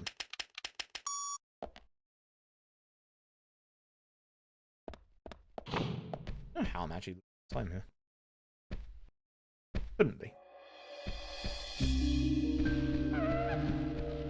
Okay. Yeah, losing a little bit of time. I'm going to lose time in the next chapter as well. That'll probably be where we take our first break in the Hotifx. Okay. So this is the rest house. Do I want to go and get the car now? I'm doing a lot of driving after this. I think I do. No, we don't come back to Lysander's for a while. So I'm going to move away to get Emily to stop talking to me. And then I can now fast travel. So it's going to be a bit weird, because what we're going to do is we're going to fast travel to Lysander's, and then we're going to fast travel back to here. Sounds weird, just trust me on this one. We need to move the time forward for the story, and unfortunately skip the Sinner's Sandwich cutscene. Which is genuinely a shame. Yep, I agree. So here's Lysander. We can now speak to him now that it's actually not raining. Dropping. Son, do you think you can handle it? We're after Quint's car. The fastest car we can get our hands on that has the worst handling. One thing that we need to do is get into Quint's car. And this is why doing it in this bit sucks, because there's a big bit of dialogue that we can't, like, skip to get out of the car here. Okay, Zach. Unfortunately, you can't fast travel while you're in the car. So this is why you lose time here. I press start to get rid of the dialogue. Zach, is the... I'm out of it. So yeah, unfortunately, I lose time because of having to do this here, but it is what it is. This is what happens when, obviously, it's raining, and then we want to go to the Muse's Gallery. But you need to get to... The way that Deadly Premonition registers which car belongs to you is it remembers the last car that you were in, with one exception of a story beat later on. So I need to make sure that I get into Quint's car so that, as you can see, the car, oops, comes with me. Now, remember this area, because this bit on the right specifically here, we're going to come back to later on. What we're going to do is we are going to rest for 9 hours. Keep sleep. Going to put us to like 7 p.m. or something like that. Yep, perfect. Oh no, my hunger gauge has gone down to half. What am I going to do about it? Well, funnily enough, when we go to the diner, we do actually get given food. So by going and doing the story beat, we get our hunger gauge filled up for us. So not an issue that we've obviously lost a bit of hunger to have to sleep there. Ideally, I don't miss the story point here because you can. I'm holding backwards during this loading screen. Sometimes that'll push me a bit to the left or the right. This time. Right.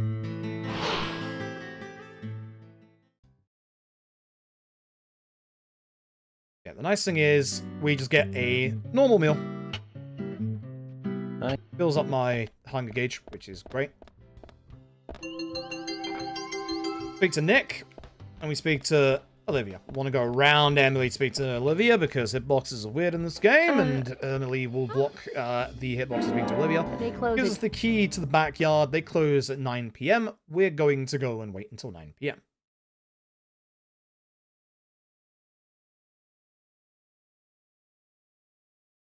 I don't look like no turkey in mine. That looks like ham, though. That looks like some...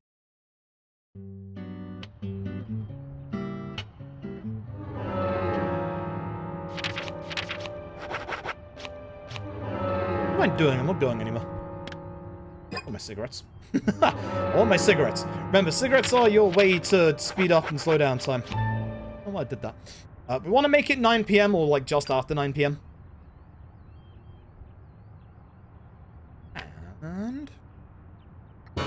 And when we make it 9 p.m., here's the interesting thing.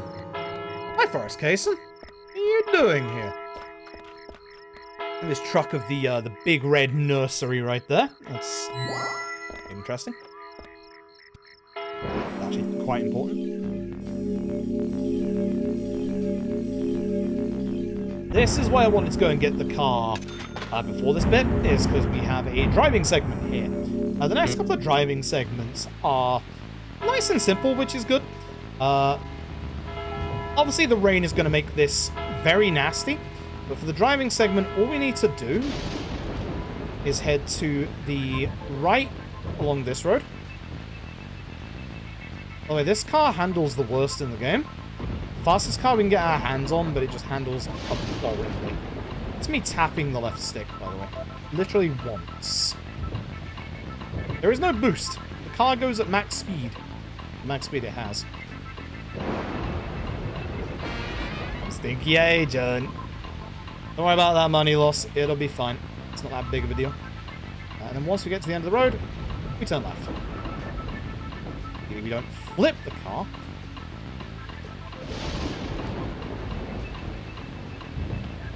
Go on the gas if you need to readjust yourself.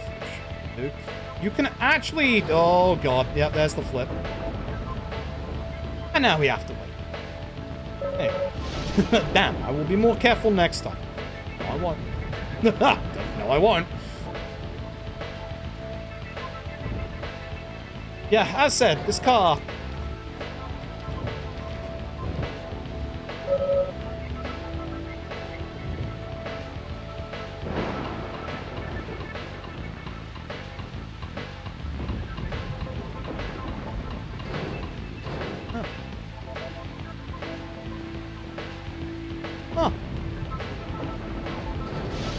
That's never happened before.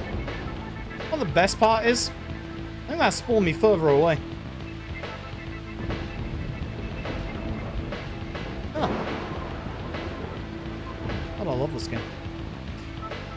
this game a bit.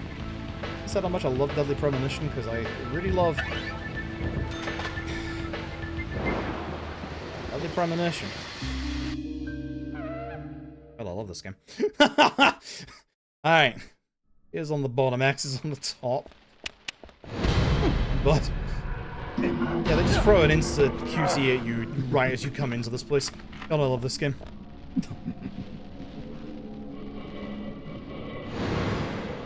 Oh, I do love this game to bits. It's such a good game. Starts our investigation.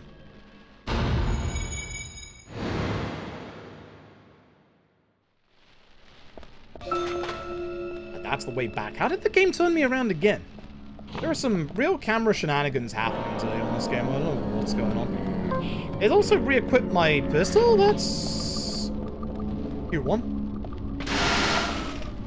So for this bit, the way I remember this is just go through any open doors. There's a good couple of open doors in this bit. Avoid the fire.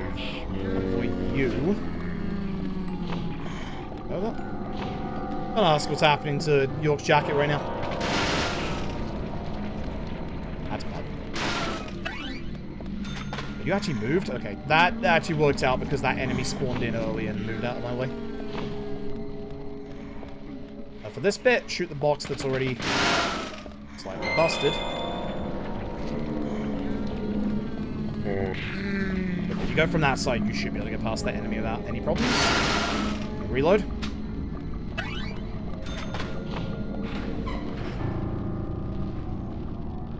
Look at the mirror on the wall. That was somehow... Yeah, the mirror's hitbox is, like, actually relatively small. It's kind of a pain. Thanks.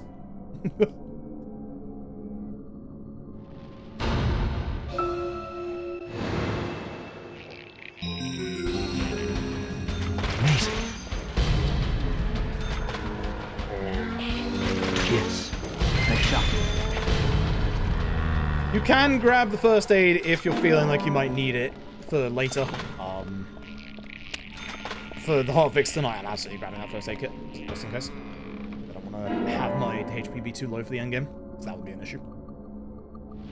It shouldn't ever be a problem, but just in case. Better be safe than sorry for a marathon showing. You, who is always in the way. Yes. And you, who's mostly in the way. Always forget in this place. I don't know why, but I always forget in this place. There's the raincoat killer again. What are they up to, eh? Chase them. And here comes a hiding section again. This one is not too bad. Both of these doors give you the same amount of height. It's the closest one to the exit. Like, this one is literally just go to the side and hide here so we can leave this room quicker.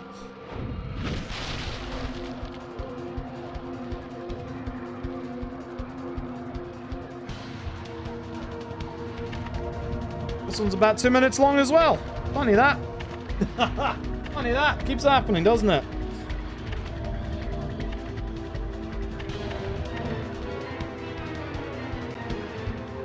Ugh.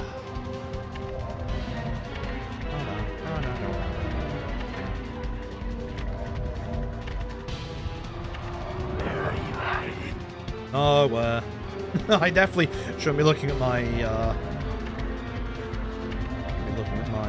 phone during this bit, but I am, because all I have to do is listen for the sound effect, and then press ZR. Like, there's no skill to this bit, just push the button, hold the button, and that's it.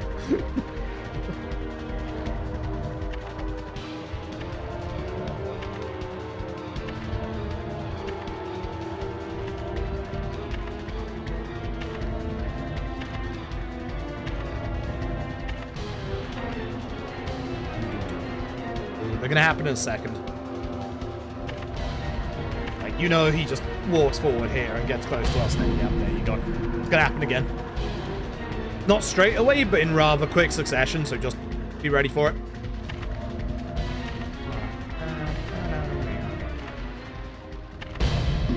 Nope. See? Not straight away, but relatively quickly. I don't think there's a third to this one. I might be wrong on that one, so I am gonna pay attention here. So he might do one as he walks away. I can't actually remember with this one. The one that he does later on, he absolutely does a third one as he walks away. Yeah, this one's fine. There you go. So this one's just 2 there. Good.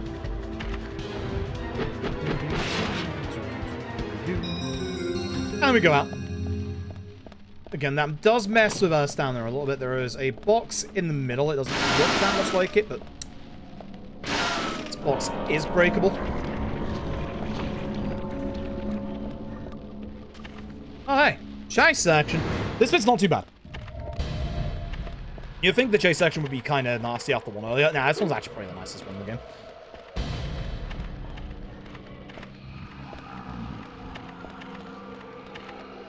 See that he is somehow caught up on the right-hand side, despite that not actually being physically possible, but nah, you know.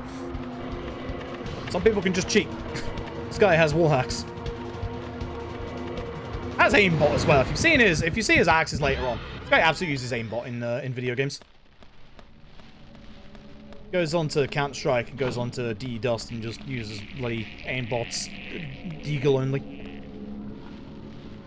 As our final clue is the bloody camisole.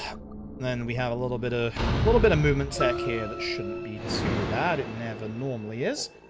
If we can just get past this guy, usually get to the door and get through. Sometimes that won't work. Sometimes you will have the issue where he will be in the way. Now you can see how much time I'm losing to that goddamn out of bounds. Thanks, game. So, we're finally out, and we find a door with blood on it. And unfortunately, we also find the second victim. The Raincoat Killer was alive until bumbling George decided to burst into the room and accidentally trigger the trap, killing the second victim. Thanks, George! Thankfully, we find a key to the safe, and inside that safe, we find a note. Or at least we found a notepad that has the remnants of a note. The old school thing to put a piece of paper next to it with a pencil and then, you know, put the pencil over it. Stop yelling at Deppy while he did nothing wrong.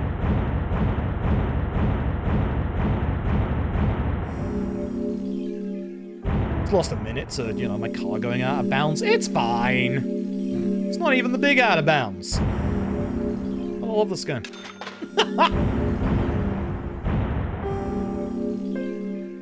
Anyway, RNG time, and also time for the game to break. So, what we need to do, we need to make sure we save and quit out of the game, otherwise the game is going to crash.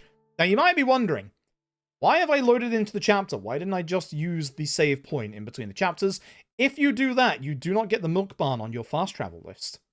I don't ask, because we still end up outside, but it just doesn't give us the milk barn on our fast travel list if you do it via the chapter select. Fuck knows why. Good, we got the good one. Okay, so you see how that's 2,420 away? With this bit, we are looking for the kids. They can be in one of 2 locations. I turn off my console. Please ignore that third tile. It doesn't exist right now.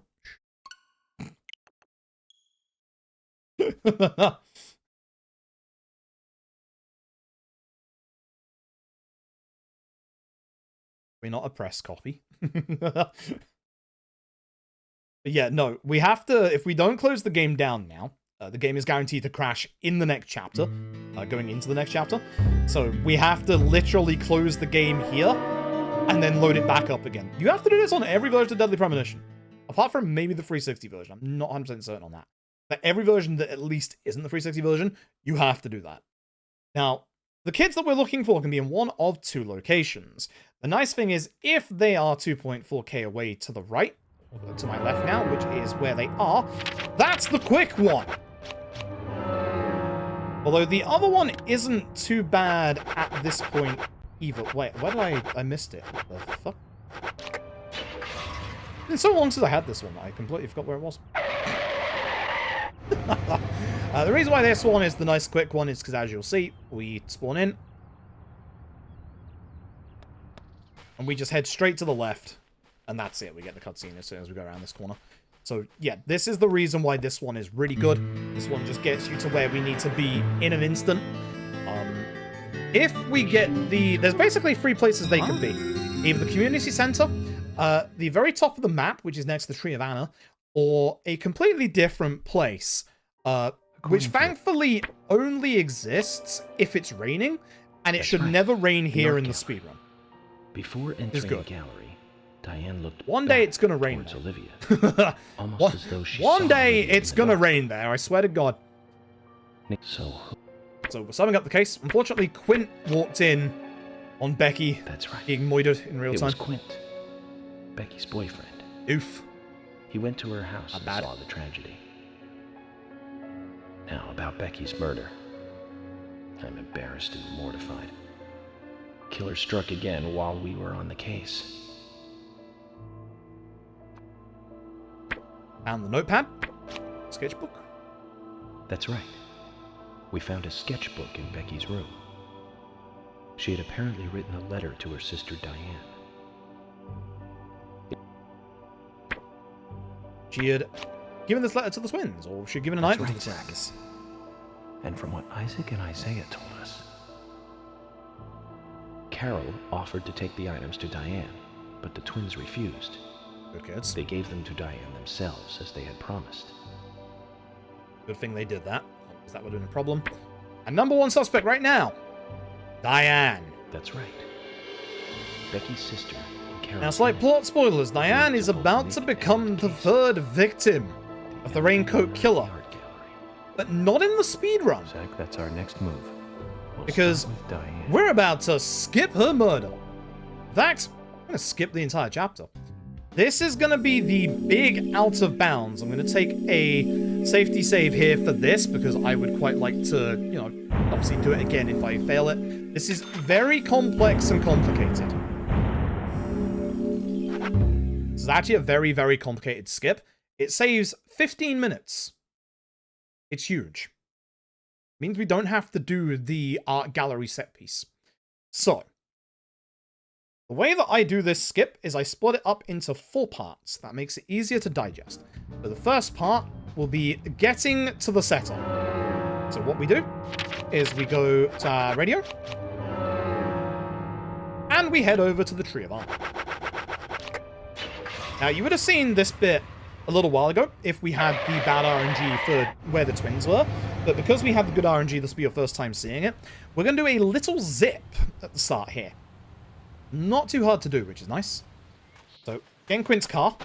The hardest part is getting Quint's car onto these stairs without crashing. Then crashing the car. There we go. So, what we're going to do is drive near the top. The way I find this works perfectly is to get your wheels over Zach, the front, there's something get here out, that you wanna and you'll check see we're on? at the top. We need to be at Carol's bar at 2200. That's the first part. That's getting We're free to the until then. actual, like, that's getting to the place where we can start this little zip that we're going to do. Well, not the zip, but the out of bounds. We're going to run over to the observation deck. We're going to get in front of it, and we're going to smoke. The time limit here is 10 till 11. So what we're going to do is wait till it hits 22:59. You can stop it like a little earlier if you're a little worried, which obviously I always do for a marathon. TV stuff. Don't. Observe immediately and look at the Muses gallery. Now, the problem with this is that every version of the Switch, as in hardware-wise, does this skip differently.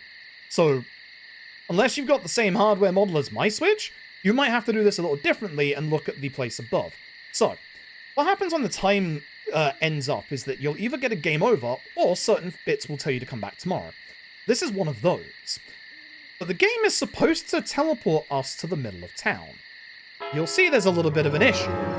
We're not here, and we've just started essentially active menu storage, because we're in front of the actual observation deck. So I'm pressing A every single time I go through this. Wait, don't press A here or you'll soft lock. Looks like it's not working. It is. Patience. Muses gallery. Press A again, because you are stuck in the load screen. That is part 2. That is getting to the Muses gallery. Part 3 is the out of bounds.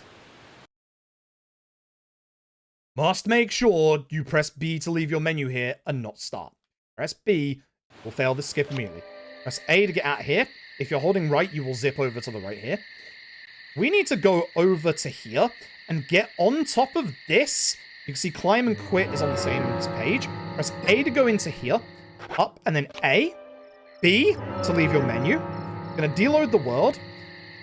We're going to go to a bit that says peek and observe while on top of the cinder blocks. I'm going to look at live split for this. Wait for the world to load in on the right. And then count 5 seconds, which thank God I got live split for this. 1, 2, 3, 4, 5, extra second, just in case. A to go in, A, B to go out. I fucked it up, hold on, it's fine. We can fix this, we can fix this. Oh god, I was actually in the right place, I don't know why I moved. Wait, I fucked it up, don't worry. Press the 1 button, press B, I don't know why I pressed A. Fucking hell, this is why we practice. Again, wait for the word to spawn in. 1, 2, 3, 4, 5, extra second. A, B, walk in the wall, left-hand side. You press A, you don't press start there. I don't know why I pressed start there. That was stupid of me. I'm glad I went through that menu again so I didn't fuck it up again. And you'll see, we are now in the office with Diane, who shouldn't be here, and we're invisible. The end trigger for this chapter is actually right here. So you can push the bookshelf as if you were at the end of the chapter, and end the chapter. I'm a little concerned that by going into my menu an extra time there, that might fuck up the skip. We'll know in the next chapter. So I'm not going to save here in case I've completely hardlocked myself. I may have just fucked that up with that. I'm not supposed to press start there. I don't know why I did, but I'm glad I just, like, reset myself. We'll know at the end of the chapter. Now, that's part 3 of the skip. You might remember I said there are 4 parts. Because the 4th part is essential, otherwise the game's going to break. So, very important, the game is going to ask us if we want to go with the Sheriff's Department to, obviously, Galaxy of Terror. No. 1, it's slow, and 2, it actually crashes in this state. We are still at the observation deck, or specifically at the Swery 65. What we need to do is tell the game that we're not actually there. You go here, peek, we're out, and now we're over here at the Galaxy of Terror. That's our menu. And now we radio back to the hotel. And we just carry on the game. Things are gonna get a little fucking weird for this next bit. This cutscene is gonna break, and this cutscene will be where we'll see whether I've actually, like, crashed the game or not. I think I should be fine because I was able to reset up for the last part, but we'll see. But if you don't do that and peek in, the game still thinks you're at the Swery. So yeah, textures kind of don't load here. You'll see that we get this, which is normal, right after the crime. That's right. Diane was still alive. This suggests that very little time had I believe I passed since messed the that crime part was up. committed. What's hope you're doing well, Akion? Akion in chat is the person who actually Which means found the criminal all was still the speed tech close you're seeing here with the out of bounds Was and stuff. someone near the They found a scene. way to do it in like as early as like I think chapter 3, and you can skip all the way to the end of the game. But the downside to that That's right. is that it will always hardlock in the We final followed fight. Willie.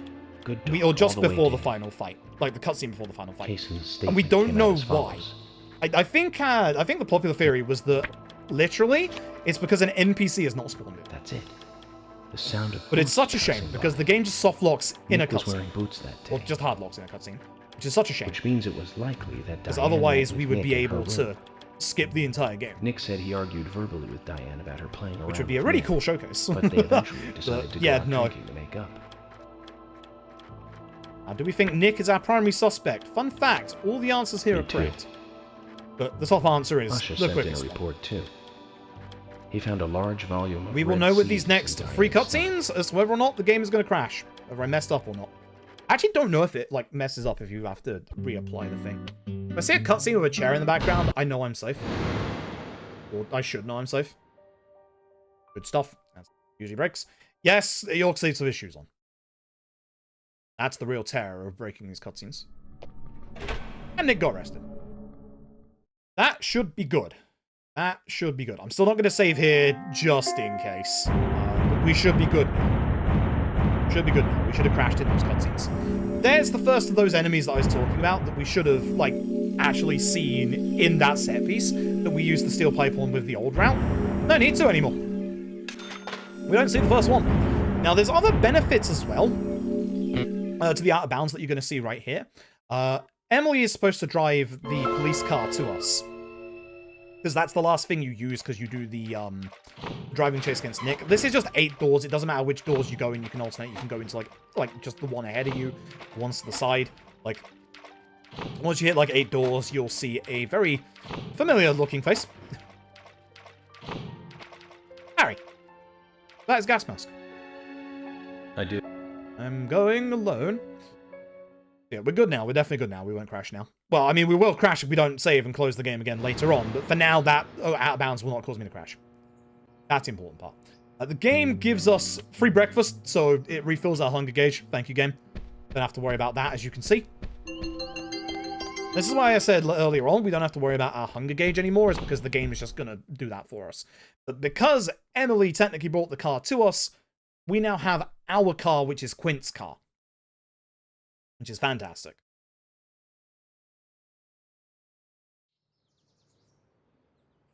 What am I on? Emily. So puzzles? I wasn't. Yeah. So, milk bump. If this was the old route without the out of bounds, what we would have to do is we would have to go backwards to the other side of the car park and go and get in Quint's car and get out so that it registers it as the car that we take with us here. Otherwise, the fast travel would just give us... Yeah. So, not too bad. This is the easy part, right? Yeah, this is the easy part. The easy drive. So, in Quint's car. I'm going to go down this street right here, and then, fun fact, go straight. Easiest driving section of the entire game. But the nice thing about the out of bounds is that it also gets us to not have to do the Nick, I really should have done this.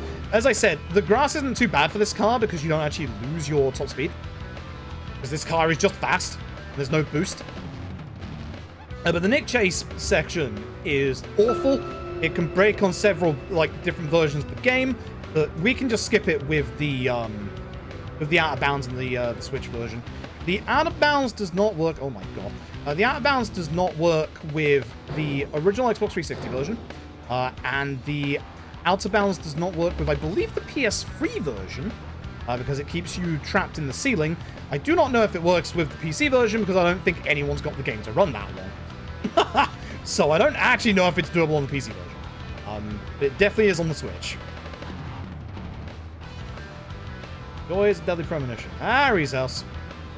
God damn, do I hate Harry's manor. It sucks. The reason this split's called Slow Puzzles. This is Harry's manor. And when I said that, you know, psychopaths designed the architecture of these bloody buildings in this town, this is Harry's aide, Michael. If Michael hits a key on the piano, he spins. Or more accurately, entire house moves. Why? Why? So what we're going to do is going to go in certain rooms here. We're going to go in the middle door. Get umbrella number 5. The end door for umbrella number 6. And then on the other side, where very cleverly they just mirror the room layout and get umbrella number 3. Should be 635, rightly? Yes.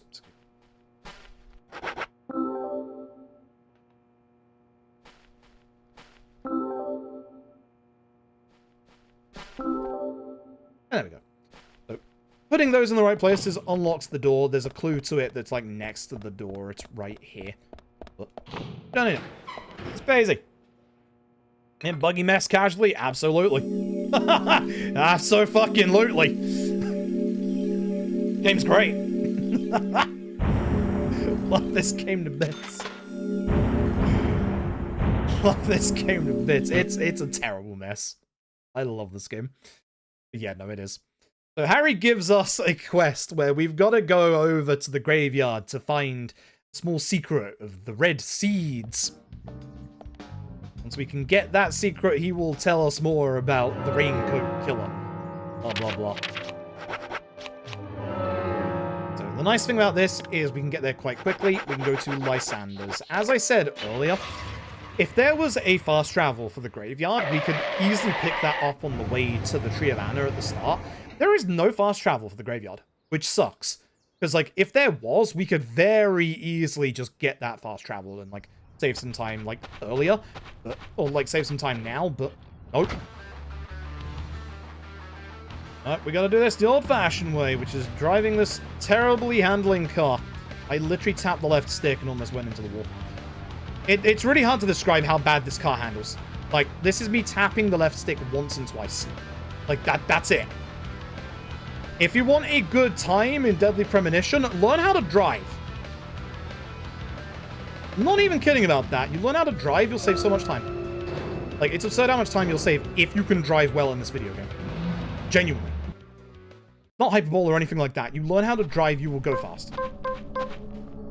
Submachine gun out. Try not to waste too much ammo. We've got a couple of enemies that are going to spawn us, but this is the alternate graveyard. It's not too long. We will kill the first one. Nice shot. In the way. And get the one in the middle. Bullseye. Amazing. Go past him, and then most of the time get past them. You run fast enough when they're spawning, get past them. Break this one. Stick on the left, stick on the right, and you can get past all the enemies here. It's busy. That's it. Just push it the once. There we go. Easy peasy. Genuinely easy peasy. But that middle enemy is always going to be in the way, so just take them out, and as long as you don't, like, activate the first enemy, you won't have them in the way. Let's get back to Harry's. Graveyard has a bunch of these red reward trees. Better be good. But you know about these seeds. And we get an absolutely wonderful Yorkism right here here. under my nose. It's as if I was carefully carrying a bottle of water while walking in a pool. We're learning the countryside version of common sense the hard way, Zach. What does that even mean? What does that even mean? I thought my game was going to crash there. That's happened a couple of times recently where I've just been like, yep, this game's going to crash.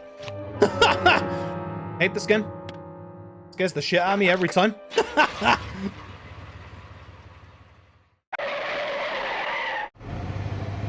I love this game to bits, and I also hate this game to bits. It just scares the living shit out of me. And back to Harry's, which, boy, now that we know, you know, the gimmick to Harry's Manor, what we could do is, you know, stop Michael from turning the entire manor in a sideways direction so that we can go straight to Harry. It'd be really bad if he was to actually hit this piano. Please don't do it. Oh, for God. We could have stopped that. I have a gun.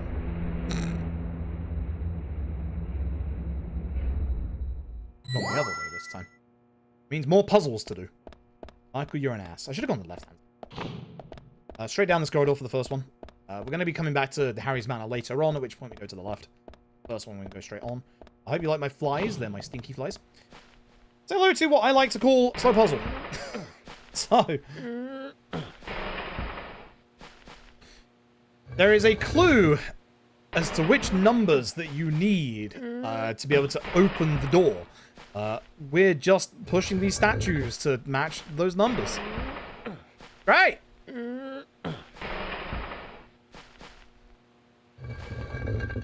How did I not stop moving there? That was interesting. Huh. Oh, it normally does. I got confused. I wasn't watching. Paying attention. Good. I thought I'd found a way to keep the statue going. No, I wasn't paying attention. It's 2. They really took the worst bits of Resident Evil, huh? Like, they really looked at the statue pushing stuff of Resident Evil and said, what if we made it slow?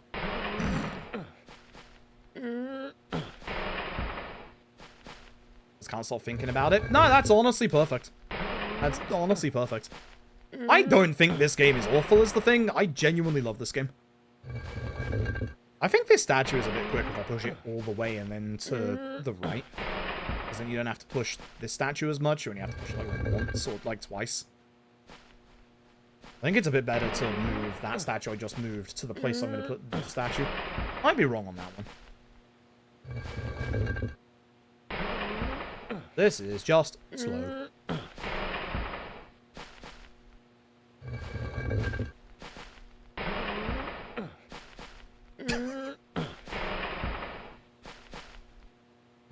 And one more time.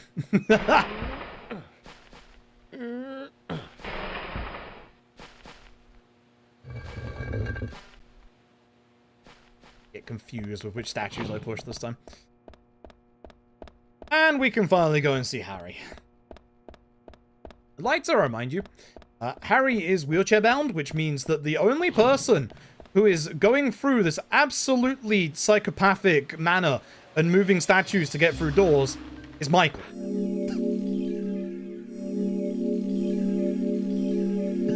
Like, hello? Yeah, golden. Hell yeah, let's go. Fuck yeah, baby. How the fuck did I gold that? Let's fucking go. Alright. Here we go. It's police fishing time, huh? Yeah. Alright, so. We get told by Harry that we are not dealing with the original Raincoat Killer. The original Raincoat Killer was just a local legend, but actually, it wasn't just a legend. And our Raincoat Killer is not the same. So he says we need to go to the sheriff's department and find the information on the previous Raincoat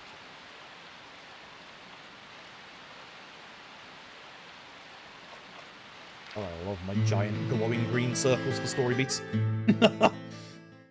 So this is going to be our first visit to the alternate sheriff's department. First of 3, actually.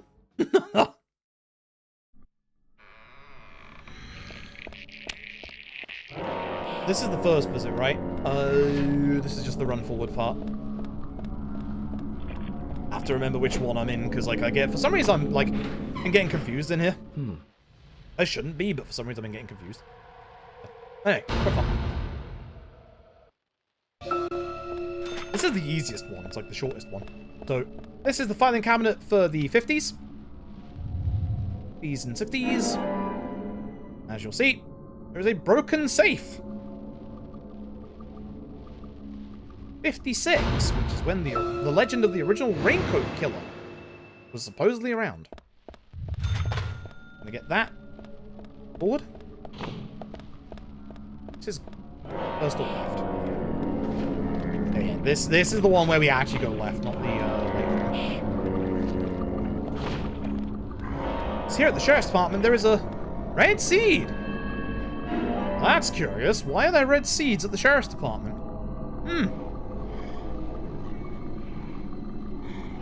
Considering they've been at the crime scene so far, do you wonder? Right, straight over. Left. Next time we are in this particular room, one of those enemies to the left is going to be very, very fast and very on fire. Go out of our way to very much avoid them.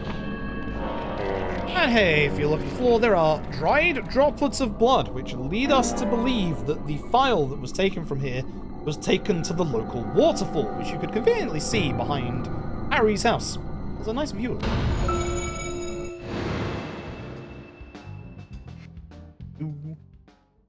So wise Yoko Taro once said that your game is not complete if it doesn't have a fishing segment.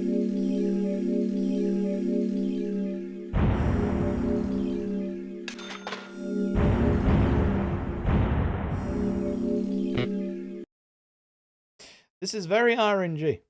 I hate that I have to say that. It's not like massively RNG when you try and get the actual like case file itself. But it's very RNG at the start because there is a chance that we don't even get the hook with our first line. Love this game. You get a little bit of life is beautiful at the very least. Can't complain too hard.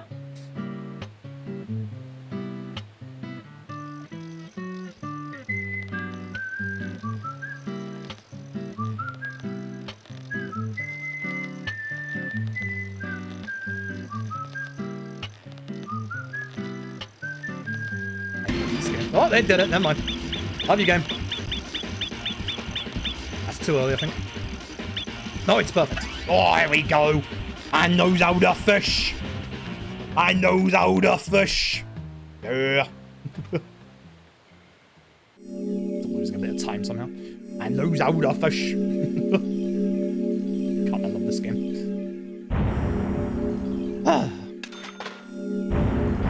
Hey, Curse. Hope you're doing well. Hey. Back to Harry's. Which now Harry's is going to be the alternate Harry's mansion. So, yeah, we've got a set piece over at Harry's. Thankfully, Michael's not here to push the bloody piano key this time. Unfortunately, we have an entire set piece to do. Right, new kitty. Yo, nice. Yo, very nice. Right.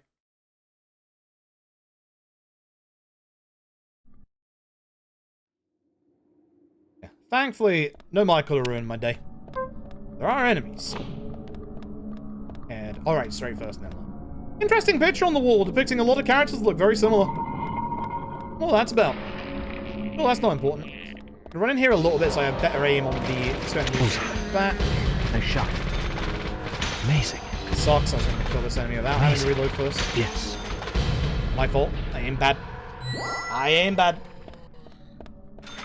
Also trying to get headshots on these enemies because that does give us a little bit of extra money. You can do it down here. Like all the way. Maybe like cliff up the corridor. Alright, right into the middle. We have a couple of enemies to take care of. There is going to be a enemy right next to me. I'm going to blow up that and then turn around and shoot him. Yes. Great.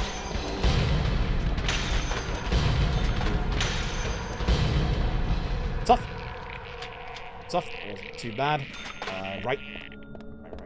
Almost got turned around, but the camera follows behind you. Left first time, right second time.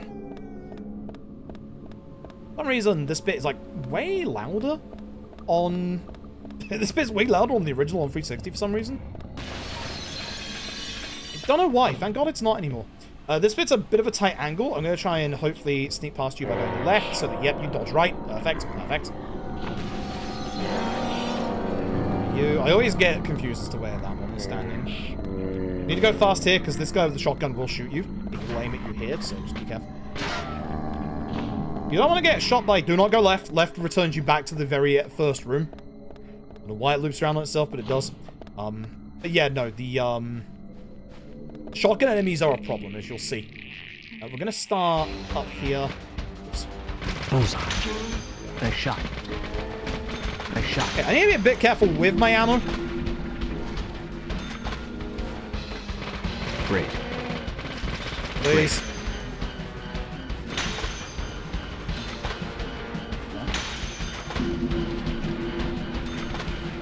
Blow up the barrel here, that sucks. Yes, yes.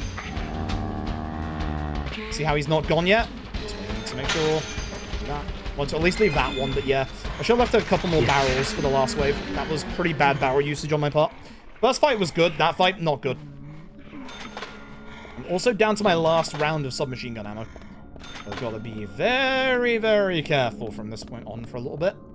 Actually, do I? Because isn't it just, Actually, no, because it's, Panda Bear next. Yeah, we're fine, we're fine, we're fine. Need to be careful with my ammo for later. Look, here's a weird puzzle. Hit this switch, and I think you have to hit the other one before you game over. Just there. Puzzle. What do you want from me? I don't make this game. We go down, and we find Harry.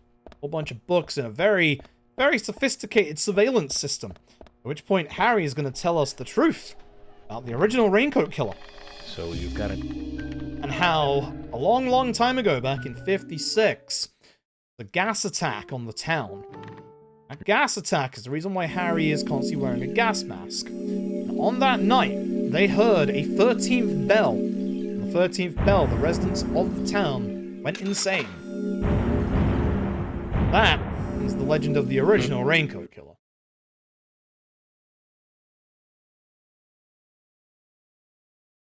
Also, hey, Code, I hope to see you in there, and also you as well. Uluxi? I hope that's pronounced right. Very bad with names. I'm British after all. Alright, this part. We get given this police SUV. Fun fact, it's actually the fastest police vehicle in the game. Which is really nice, because we just get to drive straight forward. There are cars in there. We do not want to raise our... I'm driving so badly right now. We do not want to raise our camera at all, because the FPS in this segment drops to single digits. Especially when we get to the next part of town. But yeah, this is the fastest police vehicle we can get our hands on. It's actually a lot faster than Quint's car and handles obviously better. Whoa! The downside is we can only use it in this segment. So the game is not going to register this as our vehicle, which is a shame. See the... turn off the light, just to help. Like I said, you want to get a good time in Deadly Premonition, learn how to drive. See if I can put the camera to this one. Save more FPS, but it's a lot harder to use, obviously. Yeah, I should probably not do that. I should probably not do that. I think if you do the very zoomed in camera, you actually save a little bit more frames here. It's in this part of town. It's obviously very hard to control.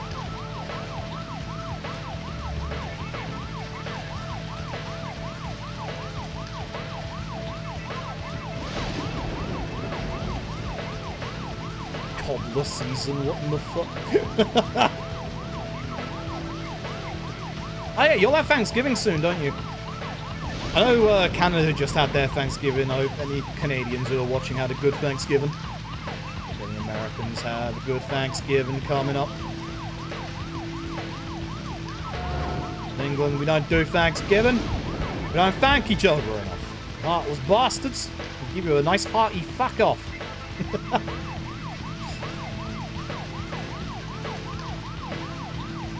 You ever heard of a Brit being thankful for anything? Exactly.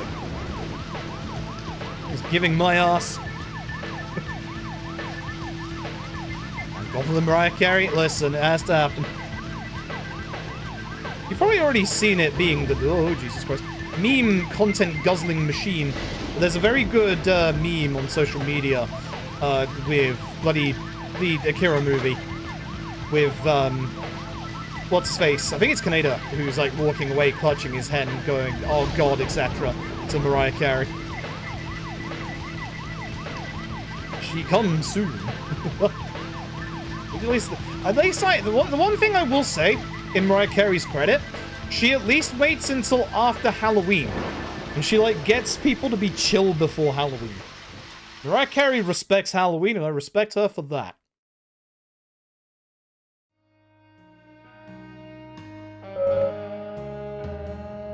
Jokes, I played you a little bit. Else is coming back. Oh, yeah, that's true.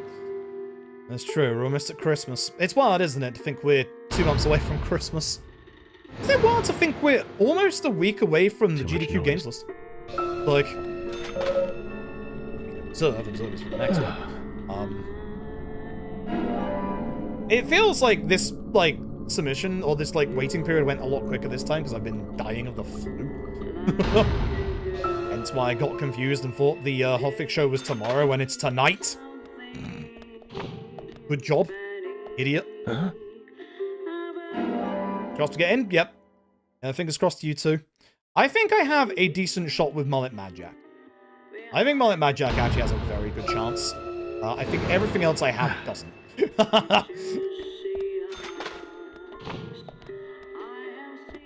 My submissions this year, my submissions were Mullet Mad Jack, which I think that gets in. They might take somebody else over me, honestly. I am currently power submitter, so that's like in my favor at least. They might take someone else over me. What else do we have? The amazing, the wonderful, the effervescent, Deadly Premonition. Of course, I submit Deadly Premonition. Do I think Deadly Premonition will get in? No. Do I hope it gets in? God, yes. I hope somebody can get Deadly Premonition one day. It's an absolute cult classic. And there is very good speed tech this game. Like, you know, the giant Chapter 12 skip. Zach, do you think they heard what I said? That's what I submit. I submitted a fairly longish video game that goes by the name of Sleeping Dogs. Sleeping Dogs has never been in a GDQ. Not in a side event, not in a main event. View the bonus footage. I don't think Sleeping Dogs is going to get in because it's 4 hours with my estimate at the minute, because I still don't have like a time I'm like thoroughly satisfied with. However, I did also submit the DLC, which is 40 minutes and an hour appropriately. So there is a chance one of those gets in. What's happening to my car? On the road. Thank you. I think Deadly Premonition is also a little bit too long as well. I submitted a Dojin indie game called Grief Syndrome. It's the very first speedrun I've ever done. It's old. Hasn't been at GDQ for like 7-8 years at this point. It's the 2D platformer by Tassafro, who these days just make Toho games.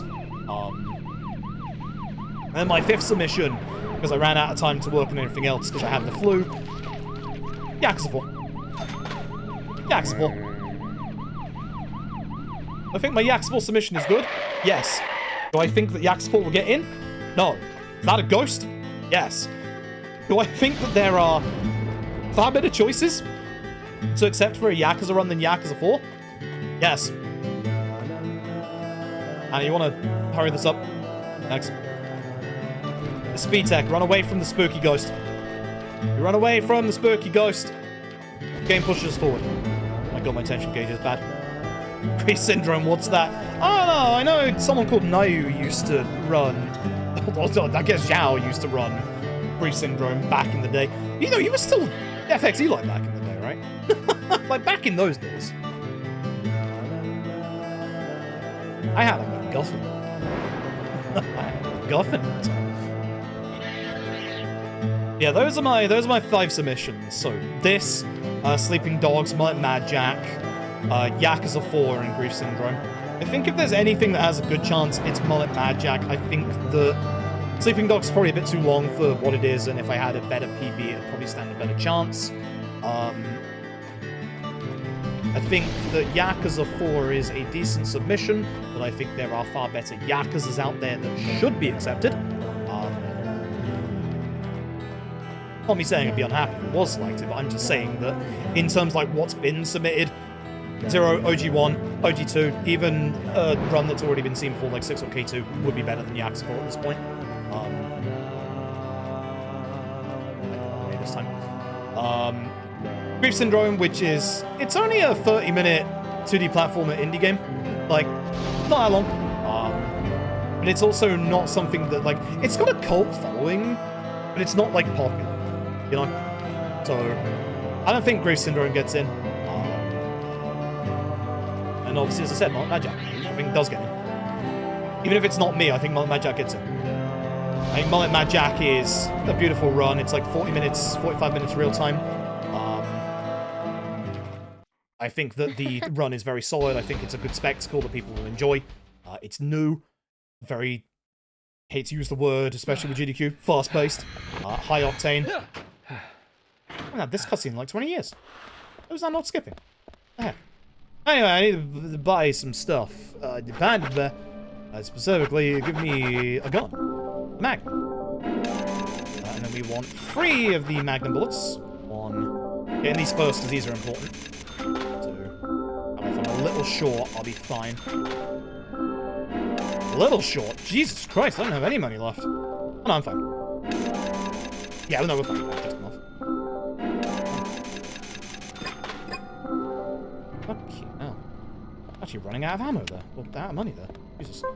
Submachine gun. Actually, no, magnum.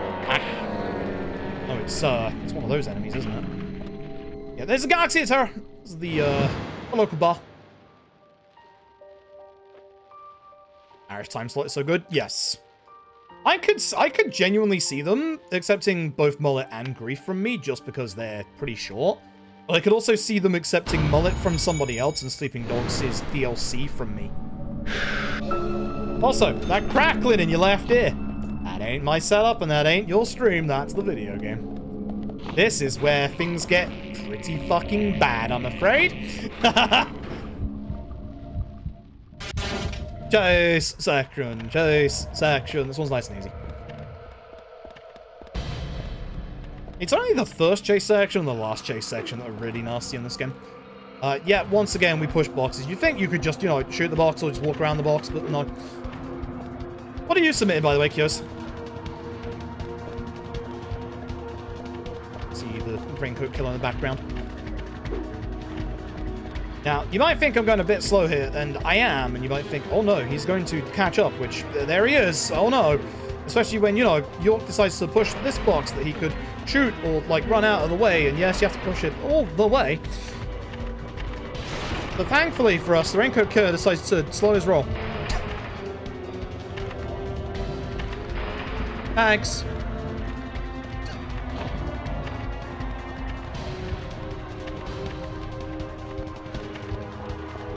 And also somehow teleports right next to me. Don't know how. again, just go into this corner door. That's it. It's got, like, the equal amount of, least amount of hold your breaths, and also it's closest to the end point. So, go in this door. Yeah, I think the two of my submissions have like a decent chance. I would love to get the it's really weird because like obviously everything that I submit I would love to get in. If there was a tier list of things that I would like to get in, it would probably go Deadly Premonition, Sleeping Dogs equals Mullet Mad Jack, Grief Syndrome, Yakuza 4. And that's not saying, you know, I don't want to get Grief Syndrome or Yakuza 4 in, so again, I'd love to get both in, but in terms of like what I would love to show off, the others are the ones I would love to show off. I love this game, but it's like, it's quite long, even with the skip. It's like, is this just a bit too long for its own good, you know? Yeah, is this just a little too long for its own good? Like, that's the issue with Yakuza 4. That's the entire issue I have with Yakuza 4 and also Yakuza Dead Souls, is that they're very good speedruns. Like, they're very, very good speedruns for, like, you know, completely different reasons. But in terms of what they bring to the table for, like, a 3-hour or almost 3-hour run in terms of Yakuza 4 and Dead Souls, do they do enough things differently over the run to keep you hooked the entire time? And I think they do enough to keep you hooked, but they don't really differ things up, which is a shame. Yeah, Dead Souls' case, it slows it down because of the 3-minute waiting segments that the game keeps loving to throw at you. What a game. I think if you do a good submission and you also like market that submission in the right way, I do think they do get in. I do think they genuinely get in, but I just think that there is like better options than Yakuza 4. Like I think there's better options than this. Like, hey no, thank you for the raid. How did the Yakuza 2 go? Hopefully it went well. I made a dumb mistake. As you can see by the title of the stream, the GDQ Hotifx isn't tomorrow. It's tonight.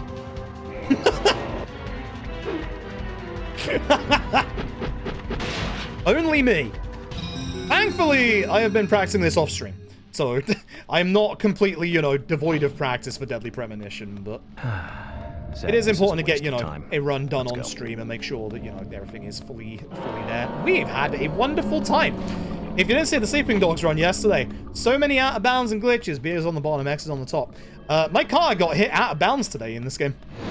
I love this game. I love this game. Keep telling myself that, I'll believe it. So yeah, no, we have had our car knocked out of bounds completely in this today. This has been a wild run so far. Great run. Wild run. Should be the... It's this bit. Is machine gun first. Thankfully, I don't lose any time to switch my weapon here because I don't have a weapon out. If you have a weapon out and you change weapons, you slow down a little bit. It takes longer to put your weapon away to get up to, like, speed. Looking at Thomas's badge, this spawns in the 2 enemies out in this corridor, which you are usually away. I have to go fast here because the one will grab me from behind. This game, wonderful game. Love that game. I actually know exactly what happened with the Sleeping Dogs thing yesterday. When the conversation finished, because it's supposed to be... Because that garage is supposed to be closed, what happened was the game closed the garage door, but I was in the garage door. So that's what happened. That's exactly what happened, is it closed whilst I was in it, and the door was in my car, or my car was in the door. These enemies suck. Good, I'm close enough. These enemies only take, like, 2 hits with a melee weapon. We don't have a melee weapon because, obviously, we skipped getting the pipes now. So we use the Magnum instead, which is 3 hits. Use any other weapon, it's going to take forever. These enemies suck. In the hotfix later, I'm picking up that medkit for safety. These enemies in the original also roll like a dinosaur when they do their ground-based orb attack. Is this the one? Are you the one that's this side? Oh, it's the second one. I'm here, but I'm out of place, so I'm going back to make sure. The closer you are, the quicker they will do their first attack, but it's harder to hit them. So be careful. And because they take 3 hits and the Magnum has 6 shots, we ideally don't want to miss shots, so we don't have to reload in the middle of attacking. This is the one that's on the other side. This one has, like, very little room to maneuver. Yep. tight. Oh, I'm surprised that connected, if I'm being honest. Here, move backwards because you have no room to avoid this. The closer you are, the less time you have to do the QTE. Close enough. Beautiful. Good shit. So I'm back. Whew. I lost so much time in my PB to these enemies because I missed them for some reason. Nice shot. Game. Amazing. If I can get to position ahead of time, then I know where to aim, which is good. Right here, lady. Right here, lady. Lady. Lady, right here. Lady, right here.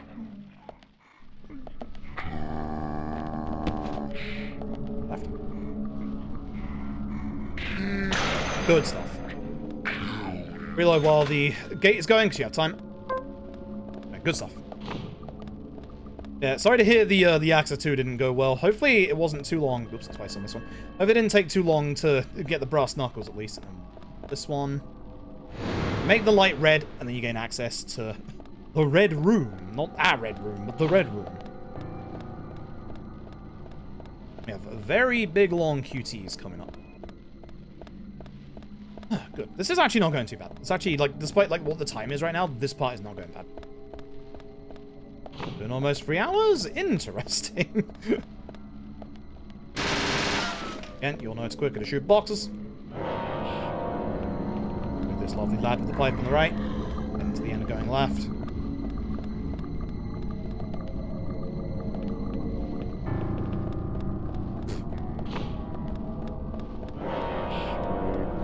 Way to the end here. This box is gonna give us some pickles. There's like unlimited pickles for food from that box, but we don't need them. You, because you're a pain. This guy is also a pain because he has a shotgun, so we've got to go fast here. That's not fast, my dude.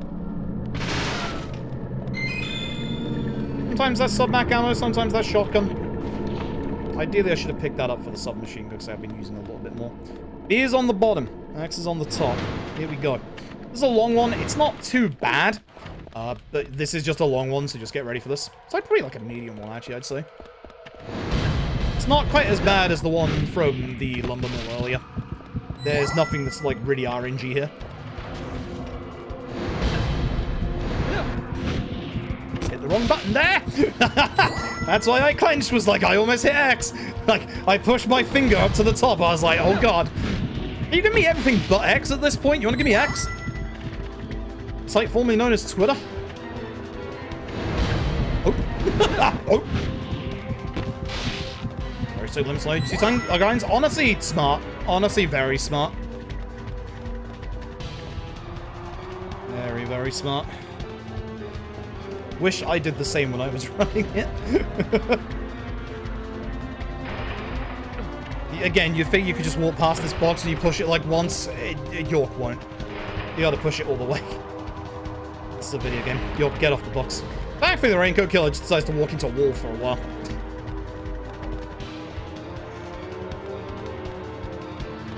And somehow managed to cheat his way over to us again. As I said, this guy has wall hacks. Like, if you look at his, like, picture-in-picture, it doesn't make sense how he gets here, but he does.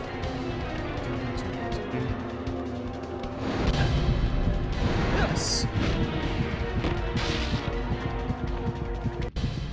Good. Alright. Nicely done. All of those are insta-death QTEs. Downside, I have full bullets. Yep, I'm gonna get shot. There is an enemy with a shotgun on the other side that will shoot you here, so... I need to go pretty fast, which... I may actually have angled myself quite well there to be in between a barricade. That actually might not be too bad. Very nice, I didn't actually get hit there. Nice. Usually if I like have to stop and reload there, I'll get hit, so I'm actually quite happy with that. I'll check what angle I had there later. And our final clue. The ice pick. Oh, well, all these games I run have Amazing Grace or ice picks in them, but here we are. The ice pick is actually a key. Need in a second. Huh?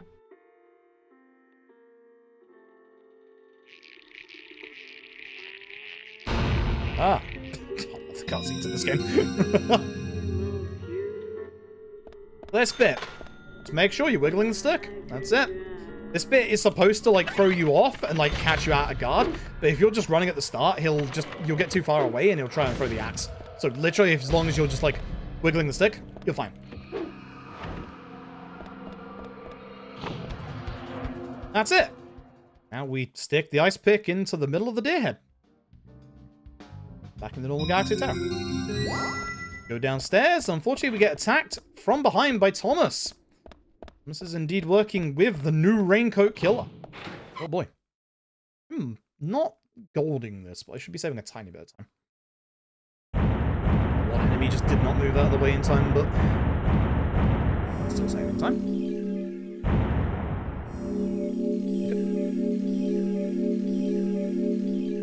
Ah, yes. The best part of the video game right here.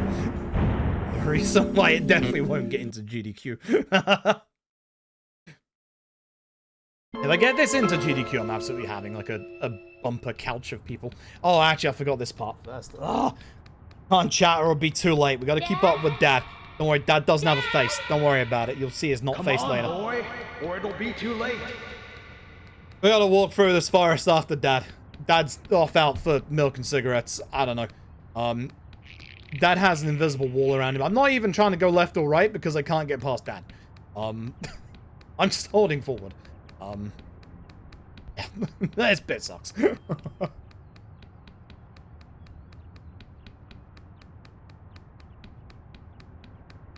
If this does somehow get into GDQ, I'm absolutely, like, having at least Maxi on the couch and any other DP runners who are there or want to be there.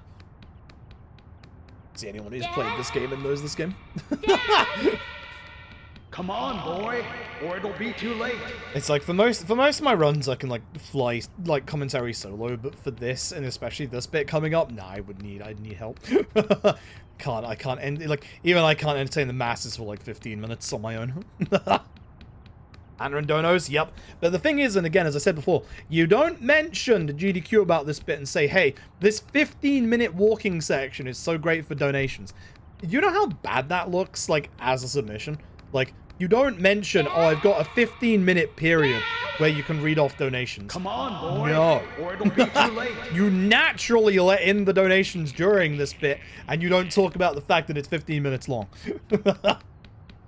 See? So I can't go forward. This guy's blocking me.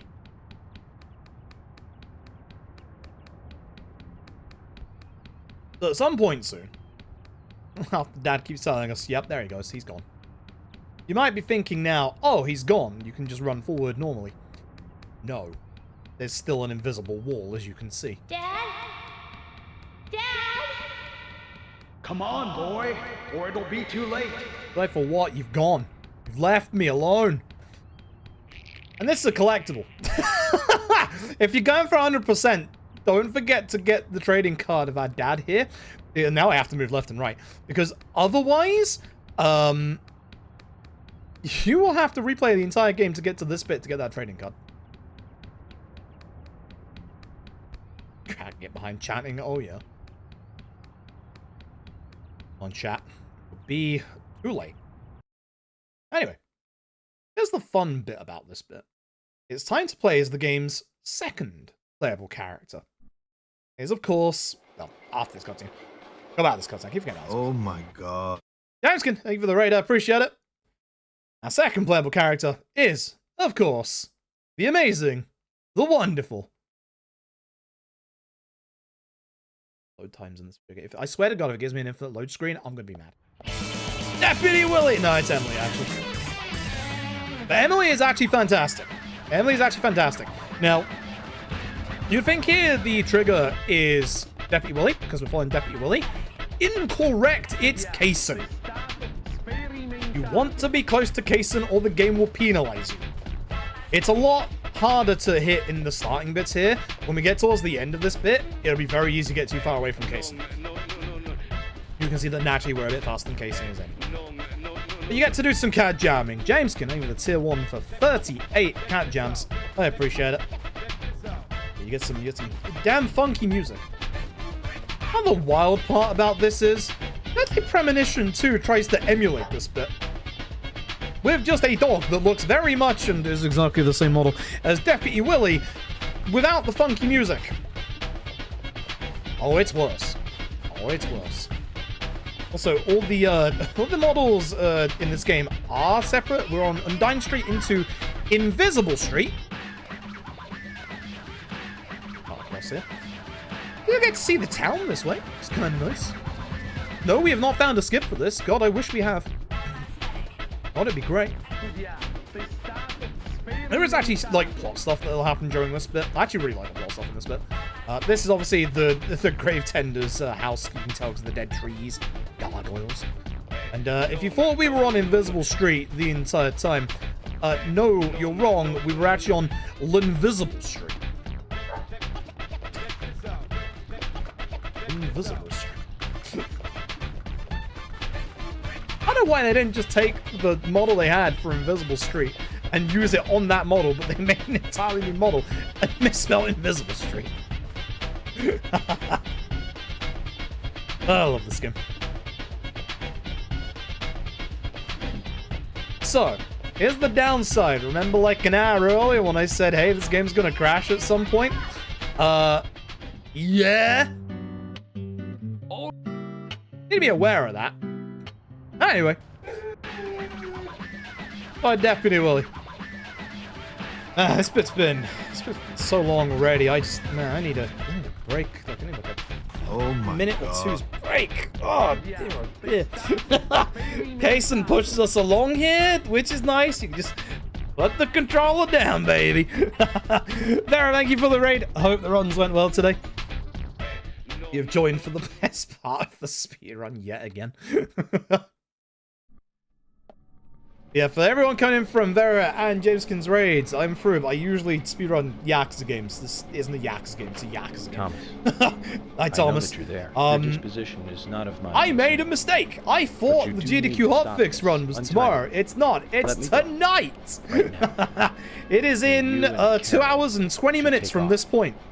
So, one, we need to finish this run, and two, we need to go over to GDQ later. Whoops. Thankfully, as I said, I've been practicing this off stream at least, so. York. I just run like the back of my hand. Also, unlike him. That line right there. God, I love Thomas as a character. Thomas is unfortunate. You saw the tattoo on the back there. Thomas is very openly and flamboyantly gay. Thomas has a lover. You already know, Love G, the tattoo. Pretty much at the same time. Thomas basically says there that he is being abused. I've tried not to care about anyone so deeply. God, I love Thomas's character so much in this game. Has changed. Emily, right? Should have put a content warning in my GDQ submission of. But I must warn you, York. Use. You'd be better off not falling in love with her. Thomas. I love Thomas's character in this game. Thomas is like genuinely a really, really deep character. I say might not be important to you, genuinely like an unfortunate soul. Don't you dare touch. Person he is in love with definitely doesn't reciprocate those feelings. York, and abuses him. I think I've said too much. It's natural to respond when someone talks to you, I guess. Everything will end tonight. Yeah, well. You just stay there until then.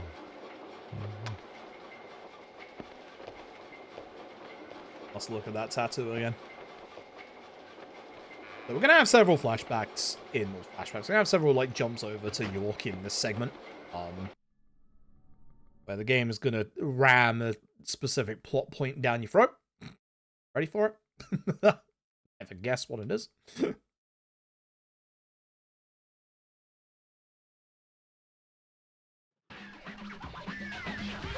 And now we carry on. Unfortunately, Kaysen doesn't push you all the way here, because Kaysen moves slightly to the left to get around this tree. But here's the issue that we have. If we do not save and close the game down one more time, the game is going to crash at the start of the next chapter. Guaranteed. Thankfully, in this running section, there is a save point. There's also a save point when we get to the set piece at the end of this, but I like to use this save point here.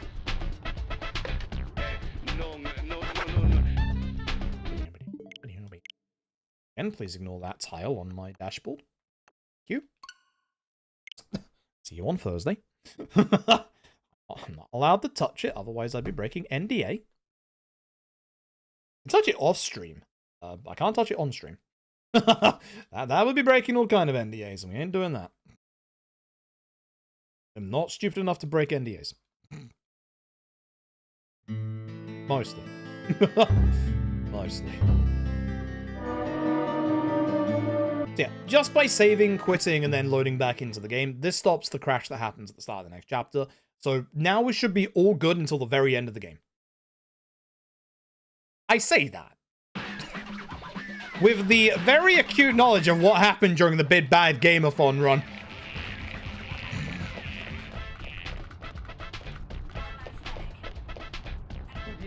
Safe, he says.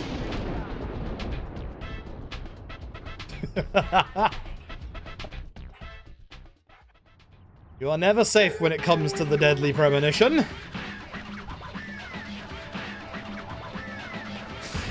Love this game. Actually, I gotta figure out tonight how I compensate for this bit, to be honest. I'll probably talk a little bit about, like, the differences with, like, Deadly Premonition 2 here. Why Stinky Agent matters way more in Deadly Premonition 2 than it does Deadly Premonition 1. Stinky Agent can legitimately kill your run in Deadly Premonition 2. It is wild. Talk to you, you'll gain, like, a ridiculous, like, hotel bill. Much about that at the moment. Thomas is certainly a great cook. It's a shame to keep his cooking hidden out here in the countryside. Don't you think so, Zach?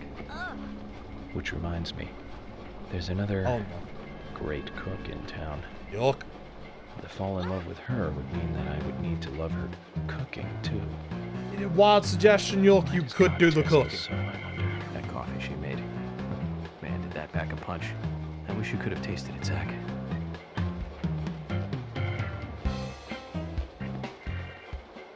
Man's getting delirious.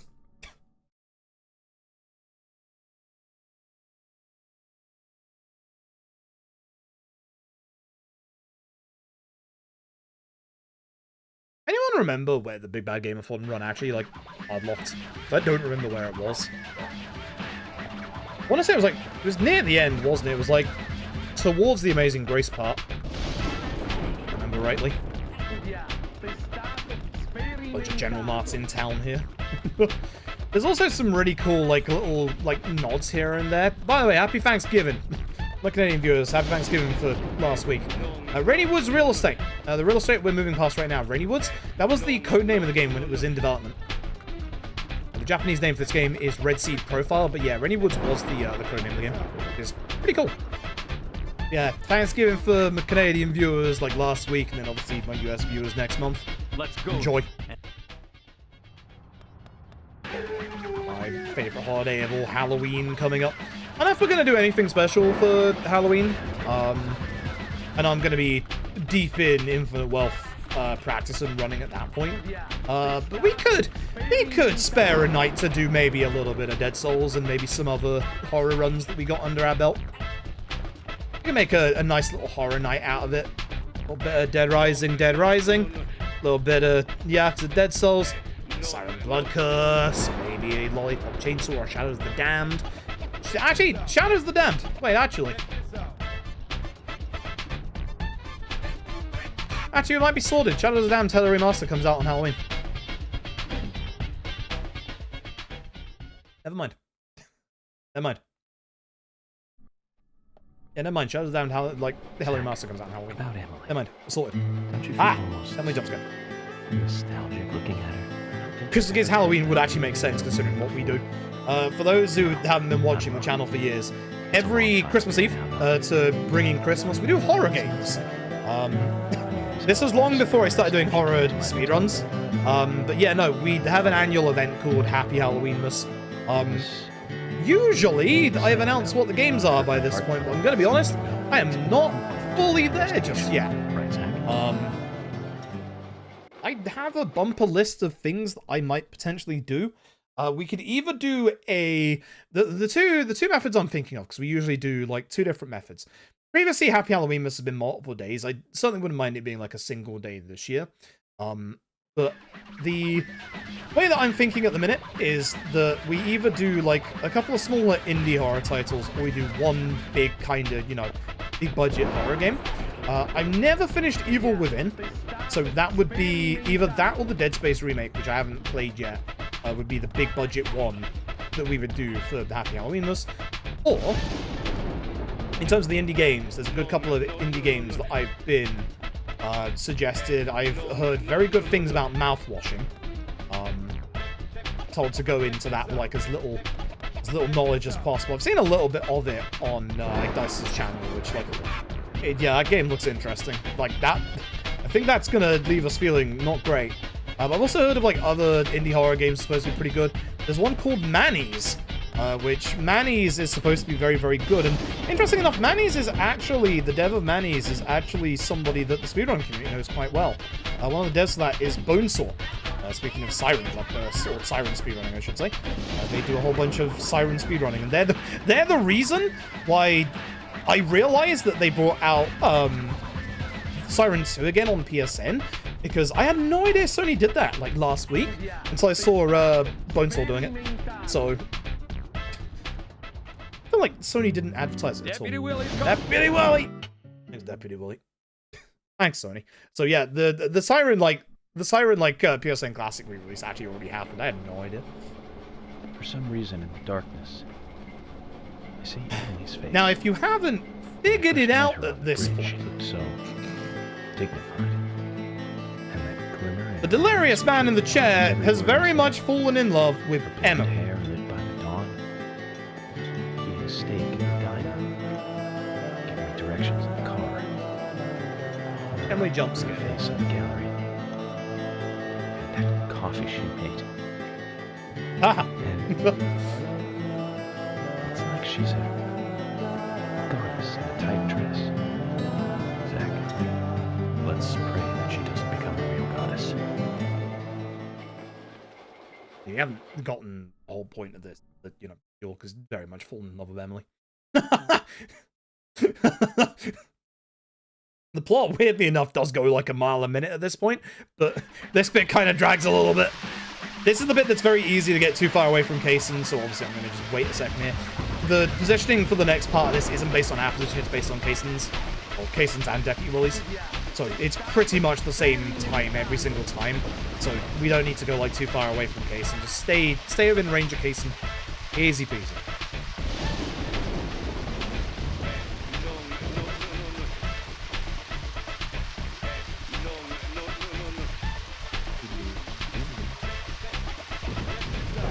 We're almost at the end. The clock tower is indeed the end. Thank God.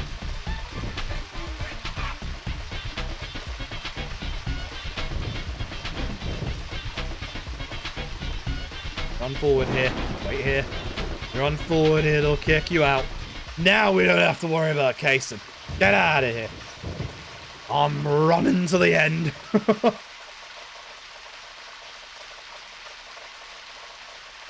This clock tower is going to be very, very important last hour. That a red tree? Interesting. Actually a bit more pink, but yep, there's a red tree over there. How interesting. Wonder why that's there. If you weren't thought we were done with the cutscenes just yet, by the way, because we're not! One more! It's on with Thomas this time. This one isn't too long. Yeah, I feel really bad for Thomas. York? Emily is here. I love Thomas as a character in this game so much. Thomas. So much. Let me And tell this you time, one more I'm going to time. go and unwisely It's not see too how late. Reading did I can help you. in Just tonight's untie me football and game. Let me go. If you don't, the situation will be irreversible. Oh, we won! Our first Unfixable. win York, away from home, no despite the fact it's been like 3 months situation since the is season started. reversible. Yay. Didn't you know that? Everyone, everything proceeds along a path preordained by fate. I love Thomas. Thomas is great. Goodbye then. I wonder who'll be the next person to open this door. Good question. Well, whoever that person is will be the one to decide your fate. Good question. Ah, who's it going to be? I have no idea. I know who it will be.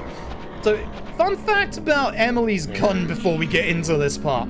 Emily's gun holds more bullets and has a little bit of extra damage compared to York's. So Emily is actually stronger than York with the gun.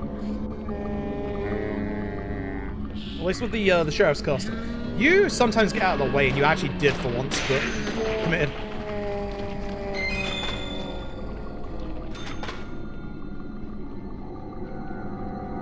One of these sometimes we can bypass, but it's not you.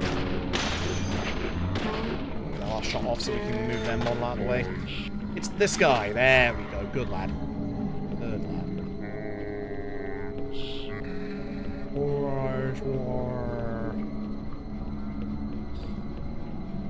You're you. Wait, it doesn't look like you are, but you are. I still need to aim well with Emily, and that goes double for what's about to happen here. Because, oh god, this bit is terrifying. This bit is very, very terrifying. We have the game's very first boss fight. Yep. Game has boss fights. They're annoying. Here's the first. It is Thomas.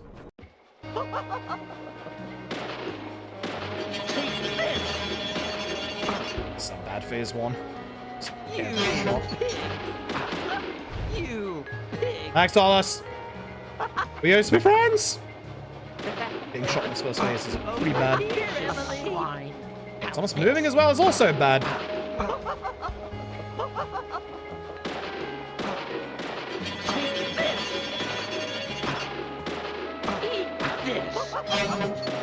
Please, get the last hit off. Did I shoot or did Thomas shoot? Okay, well, at the very least, I didn't get the slowdown in the fight. Essentially, if Thomas jumps over to one of the hooks, you can't finish the fight off until Thomas gets off the hook.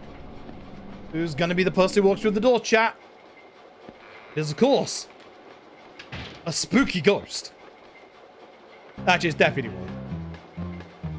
Attaboy, Deputy. Attaboy, good boy. Hey, Willie. Are you here with your owner? That's our Deputy Whirly. Alright.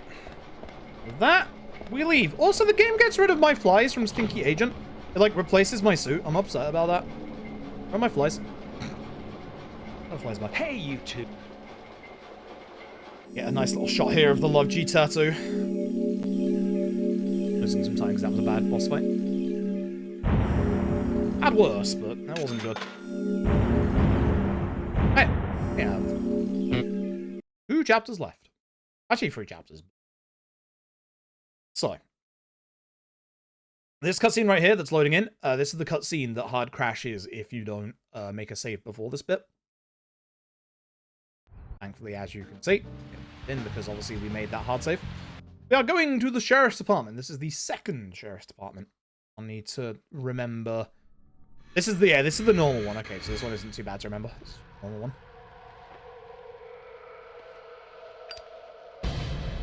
So George's office first. So we're basically just going to be repeating our steps that we did all the way back in Chapter 2 earlier. Chapter 3, I guess. So, over to George's office. Yes, there's a load. There's the ghost of Anagram. George's office, we get a key. The hidden room. There is also a panda box bear on the left if somehow we've gone through like the majority of our ammo at this point. Shouldn't have done, but just in case. There's a good couple of ammo boxes around if we need to replenish at any point, which is good. Shouldn't need to. But not good. We're going to go back into the filing cabinet room. We want to equip the submachine gun. Inside of this is this guy. If you're going to close his mouth, then you can shoot him. Yes, great. Bullseye. Yeah, that didn't get him down. I didn't think that did for a second, but we're good.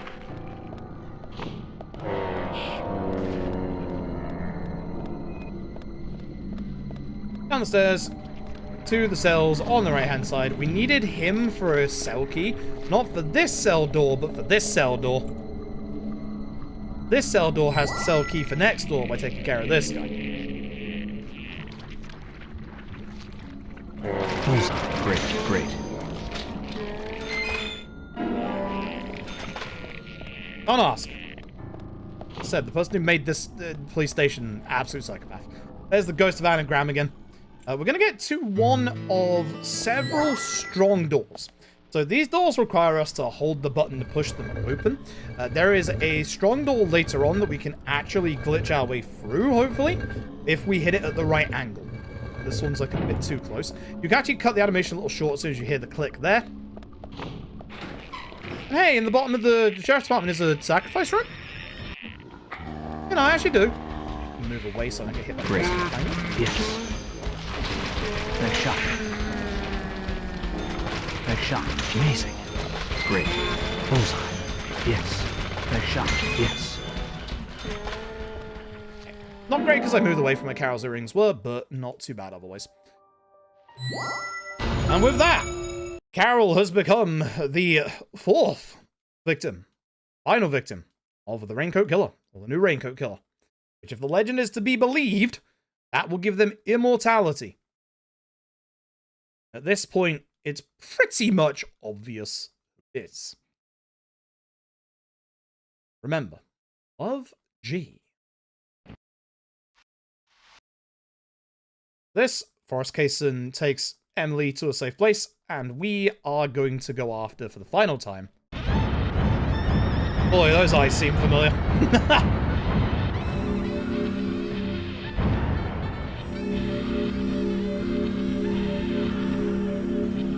Raincoat Killer.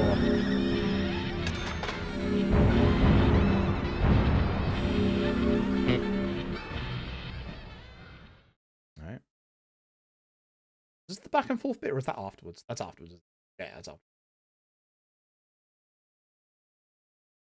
Wait. Alright. So, we see the Raincoat Killer going back inside the sheriff. I don't know why he's going back inside, so just shoot him at this point. Just shoot him at this point, that's all I'm saying. There we go. I got my flies back, by the way. My stinky agent flies back.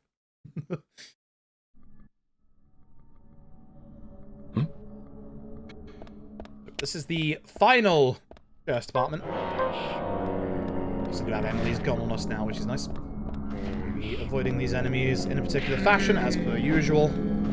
That one can sometimes get in the way, so I'm a little concerned about that. This room, you want to shoot this explosive barrel? It's actually like height level with your aim, so you don't need to like change your aim for that one. You don't need to like aim down or anything. Just aim right. This room, we got to shoot all the deer heads. Nice. Good on first. Good on second. Good on third. Oh, that opens the door. Very obviously hunting theme to this alternate place. Don't want to go left here, remember? This is the one where you don't. Always throws me off. Just food inside there. Tom says biscuit, if I remember. Here's the Raincoat Killer. We're going to head to the left-hand side if I can go fast enough. I should be able to avoid this axe. It's probably hitting me. Yeah, that's a shame. Enough HP that I can tank that.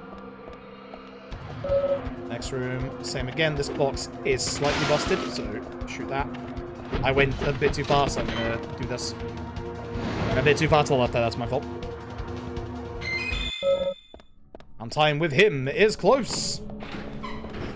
So we need to go straight across first, because the key that we need is down here. It is Magnum time. Again, you see any kind of corridor like this that's pretty long and has ventilation ducts on the side. Like that one on the left.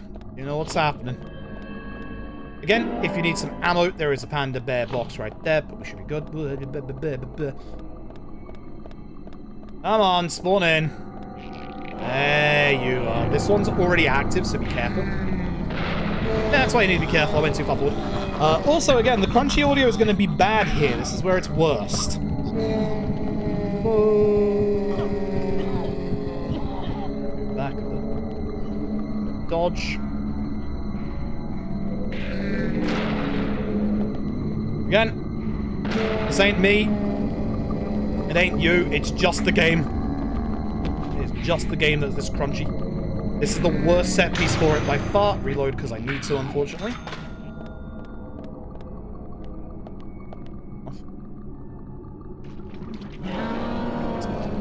I ain't moving. I messed up, so I ain't moving.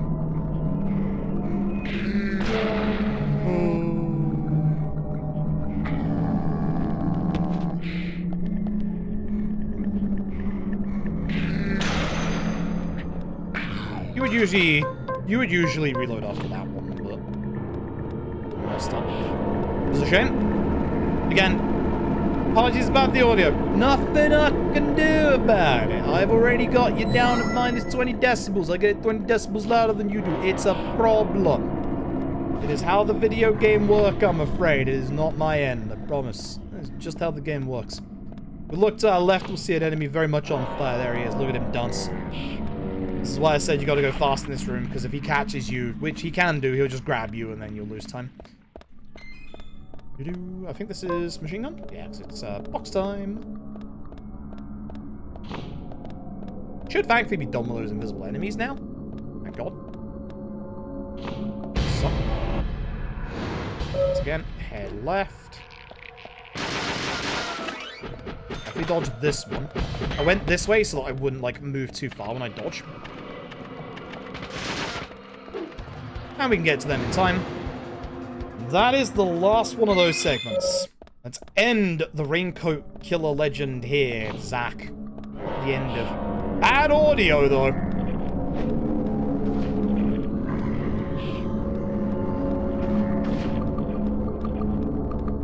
I don't know why the game is like this, but it is. This room is dangerous. This room is the firing range. As you can see, there are enemies with shotguns. Holy shit, get the fuck away from them. You see how much damage that did? What did I say about enemies with shotguns in this bit?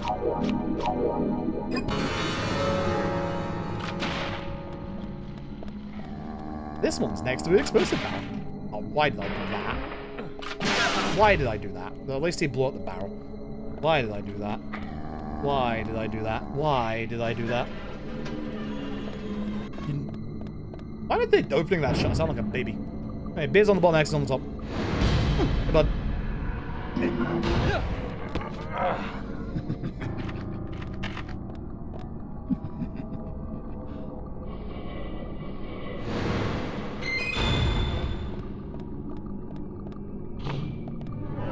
Oops, too early. Hopefully. Oh, my magnum. It's symbolic, chat. Long stairs up to the roof of the sheriff's department. Actually, I do want to reload.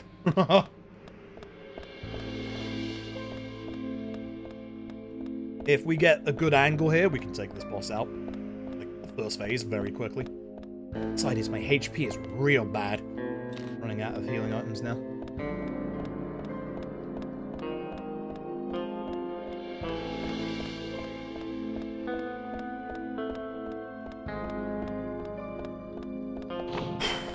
Right, let me lock in. Here we go. Raincoat Killer is, of course, George. He started with this, that's bad. Usually he starts with a different move, so now. Good shot. You're so clever.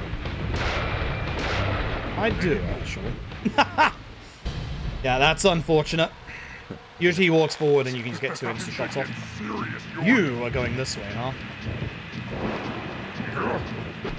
Axe throw. Don't do that again. Do not pull a BBG where you just throw axes. He didn't attack again? Wow. Shocked. Usually he does. What? My game didn't let me shoot. Thankfully he taunts him so often because he's George. Please. Game! This game sometimes is slow. That's on me for betting. Oh, right, that's the actual, like, homing one. Right, that's the homing one. I can't move properly now because I'm gonna have too low HP. This is why I picked up extra healing earlier. You are not doing this again, George. George! Get out of the corner, George!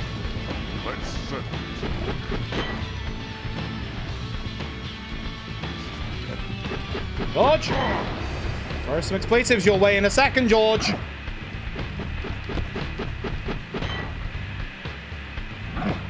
I fucking hate this man.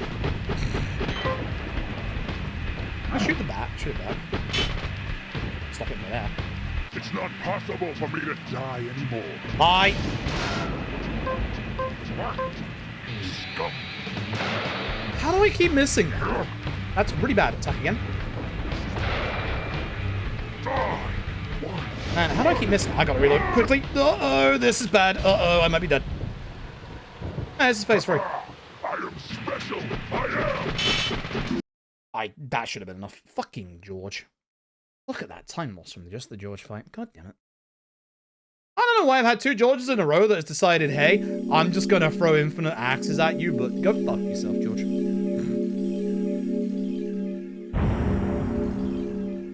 No, go fuck yourself, George. I'm getting my language out now because I can't swear during GDQ later. So if George does the same to me again later, I can be calm. George. Anyway. Here's everybody.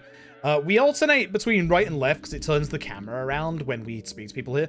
But everybody is here. Don't ask why the kids are here. They're not dead. They're very much alive.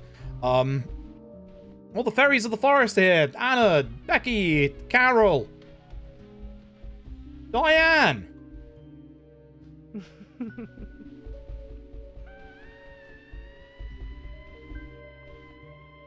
And of course, unless everyone's here. Everyone's here.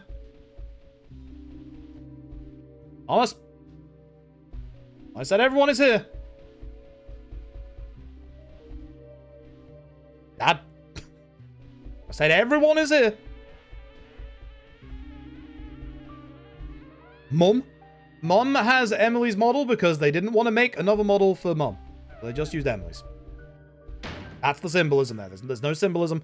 It's not supposed to be Emily. It is literally just Emily's model, but without face. Great game.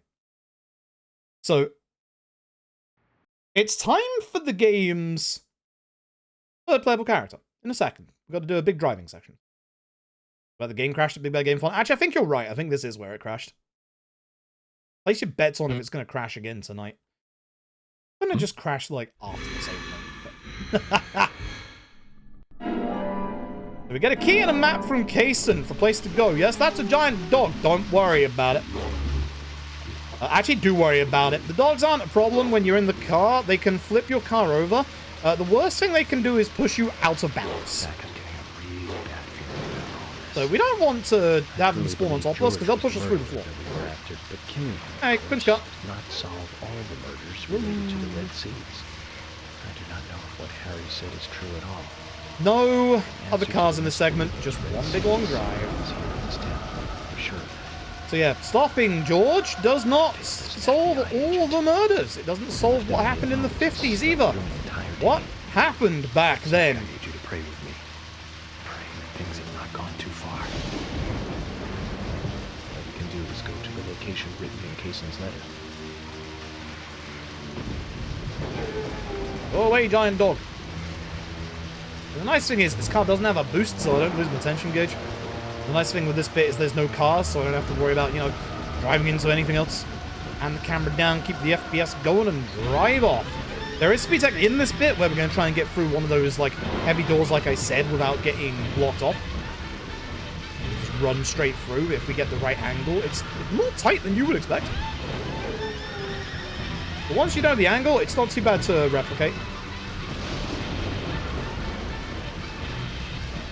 I'm good. I'm not good. I'm going off the road again. I hit the bridge!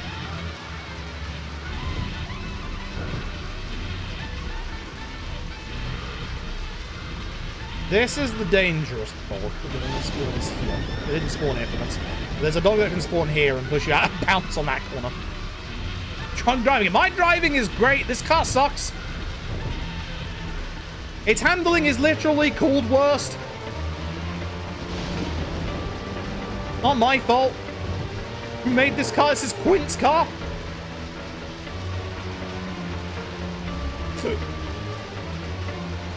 We'll take a right here. I'm letting go of the gas and hit the brake multiple times, you can see.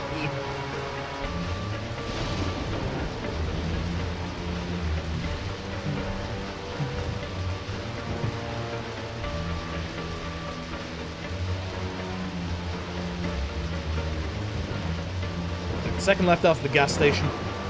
First. Second. That's me holding the brake for like 5 seconds. This car sucks. So good for speed, but this car sucks. Gnome Avenue. Oh, for God's sake. That's a Gnome Avenue. My home. Yep, the place we're going to should be pretty obvious when we get there. It's the only house in the town that has a red tree outside of it. Funny that. Pointed that out earlier, huh? George's house had that red tree the entire time. Yeah, I don't know what it is with me and speedrunning and trees, but bad enough. Anyway, if I can get the right angle here. Beautiful. Push the door. Saves me a good 10 seconds. I don't know why I hit start more than once. That's my own fault. This is George's basement, where you can see a whole bunch of pictures of Emily on the right-hand side. And also in this room that you'll see in the ending screen, you'll see what has become of George's mother. Become a bit of a plant lady. There she is.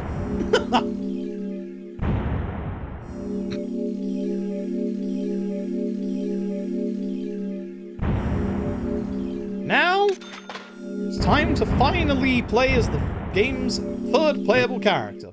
It is a bit of a tease, which no. Slight flashing light warning because this is going to have a film grainy, old style effect. This is 56, and this is the original Raincoat Killer, Harry's father.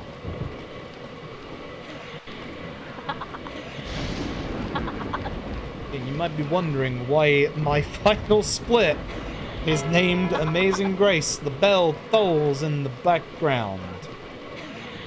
And in the background of my mind, I can never escape it.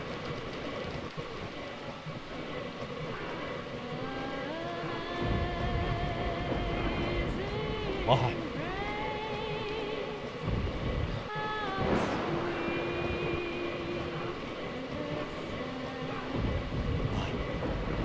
You play as the Raincoat Killer here, you can actually attack. You'll see me attack a fence in a second.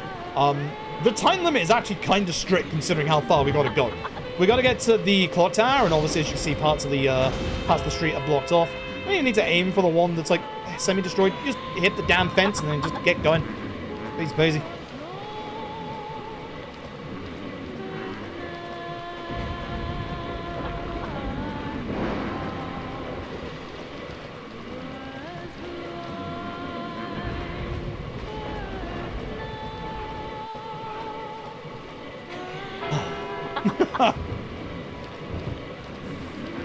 Yes, that man is floating there while sitting on fire. That's pretty impressive, honestly. The magic truck. Lines closed behind us, meaning we can't go backwards anymore. Yeah, you gotta get to the clock tower before the 13th bell, otherwise it's a game over. So that's why we're not holding back. Also, yes, the axe is sparking on the grass, trying to create a giant wildfire. Flashback is very important for who the Raincoat Killer sees at the top of the clock tower. So currently, the military is pumping gas into Greenvale. Amazing Grace is one hell of a choice of music here.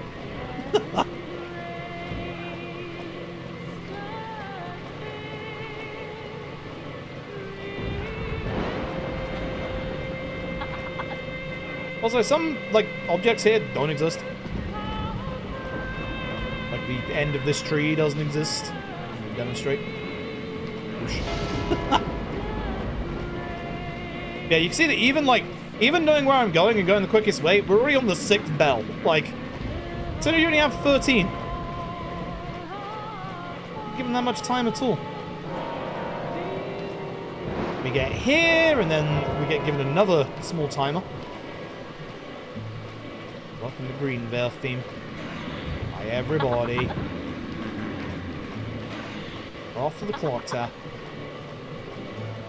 A bit of speed tech here as York, but because of me losing all of my healing items, I'm not gonna risk getting it. Because if I mess it up, or even if I mess it up, I am gonna take massive like fire damage. But the plot's about to go at a mile a minute because at the top of the clock tower, one of the army generals that the Raincoat Killer saw looked suspiciously like Forrest Casey. These are all of our friends. We don't want to attack them. If you attack any of them, you get a game over. I want to equip my mag. Things are going to go a mile a minute. You might be wondering, this whole time, who's this Zach that York's been talking to this entire time? Is it me? Is it you? Actually, it's him. Because York is Zach, and Zach is York, and they are not one another. Zach, Emily's not doing too good. Nice to this jackass. I'm gonna shoot him. And then have one of the worst boss phases in any boss fight I've ever played in my life. The correct answer is the bottom answer. Hey look! We've got white hair and heterochromia all of a sudden. We're Zach.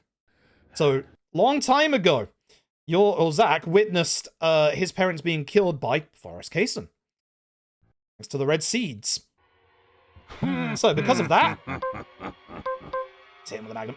Please, please, please, before he gets me. Because of that, I'm gonna kick his ass. I'm gonna reload here. It's the best time to do it, I think. I'm gonna dodge this so we dodge QTE. Dodge this so we dodge another QTE. Then hit Forrest Cason squarely in the face.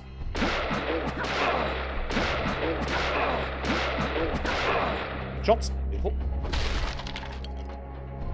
As he goes up to the ceiling again. Good. Keep doing this. You are good. Didn't think so. Wanted to check. Again. By dodging both times there, we're avoiding QTs. One time. Not too bad. This is a very fast phase one. This is good. Pull.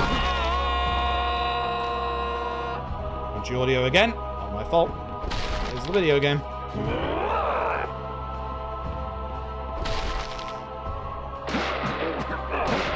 Now for the worst bit in the video game. That's phase 1. Hello to phase 2. Oh, this sucks. Oh, this. Yep. Yeah, not enough of these. Oh, baby. The only upside to this is that there are going to be random QTEs here. And they will only either be B and A or Y into X. They will never change it around, which is good. But we gotta do a bunch of QTEs. And yes, we gotta wiggle this stick. How long does this take? Minutes. Sometimes also throw shadow balls at me, which, if he throws them back far enough, you can avoid them, which is good. I really don't want to take any damage to those with the fact I've got no healing items left, so I might avoid one of them out of safety later on, just in case. For the most part, you don't have to dodge them.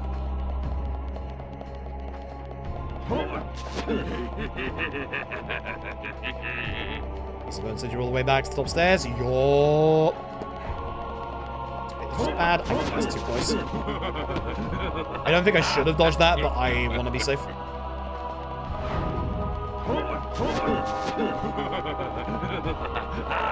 Yeah, I was afraid of the first one, but that second one I managed to get the distance for. He usually charges at us when we do QTE, so I'm not too sure what's going on. There we go. Yeah, Y into X, or B into A. God, I hate this bit. It is terrible, terrible, terrible, terrible.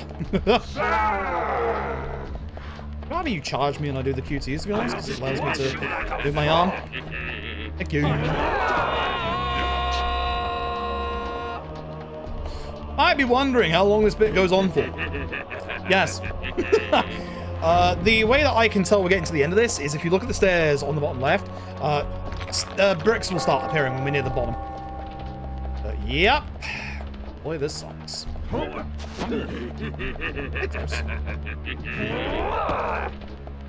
Yeah, the nice thing is, as soon as you know what the first input is, you always know what the second one is. Bricks, good. We're like 30 seconds left.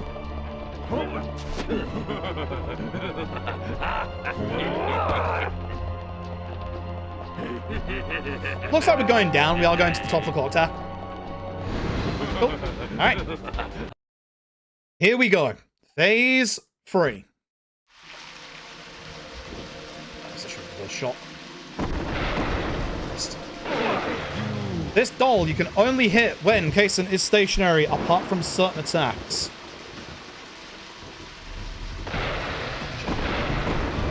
In the hand.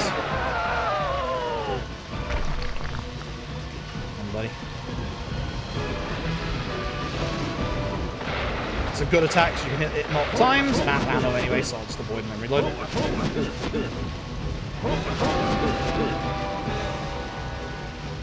That attack right there is great, because you can just shoot the doll multiple times during it. I didn't have enough ammo, unfortunately. Yep, running down to get to the top. This is a video game. I shot too early. Really? I'm missing this many times. This sucks. Start running out of ammo, we're going to be in trouble. I think I've got like 20 bullets left. I like this move because I can hit the doll multiple times. Like this.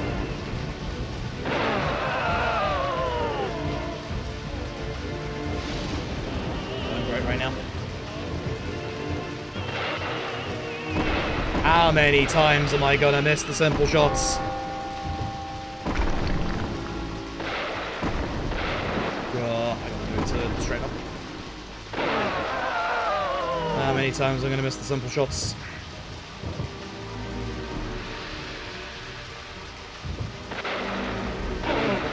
See, I got one extra hit off there without him flinching. What do you want?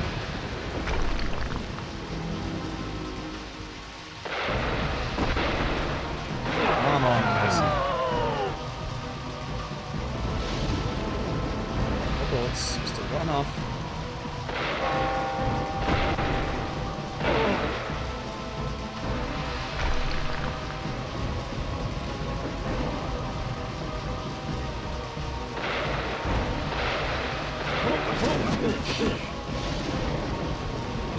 Stopped. Okay, that should be good. That should be final phase. Yeah, final phase. So, Kaysen's gonna turn around. Reload this, just in case. All of a sudden, the weak spot. Gone? Where could it be? At this point, we need Kaysen to attack us. I don't know if there's a good spot to stand. You're slow motion. So we just need him to attack us. Hopefully bait it out. Come on, buddy. My slow walk in. Come on. You're an annoying little bug. Yes, I am. Come on. Hey, son!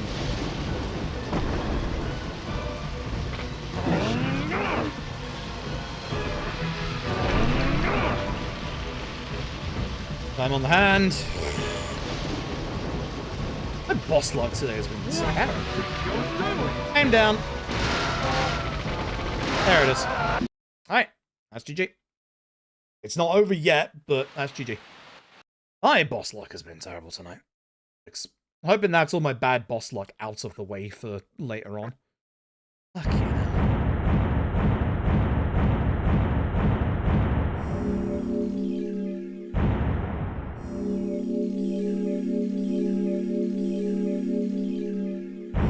To have the epilogue left. Absolutely losing time in the split because of how bad that boss fight was. Oh, Forest Kaysen, yeah, pain in the backside. Harry. We do have a few questions for Harry, jeez. I just don't know how I'm losing so much time at points. I don't know how I'm losing, like, the last two splits are because of the boss fights, but, like, I don't know how I'm losing, like, most of my time elsewhere. Weird. Need to play my run like next to Toji's and see what Toji does differently. Definitely losing time on certain things. Not fully aware of what at the minute. Hey, wait. Gotta go sleep. One last time.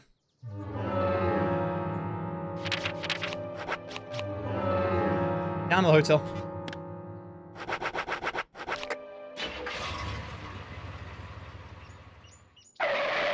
Thanks, Kason. Yeah. Yes.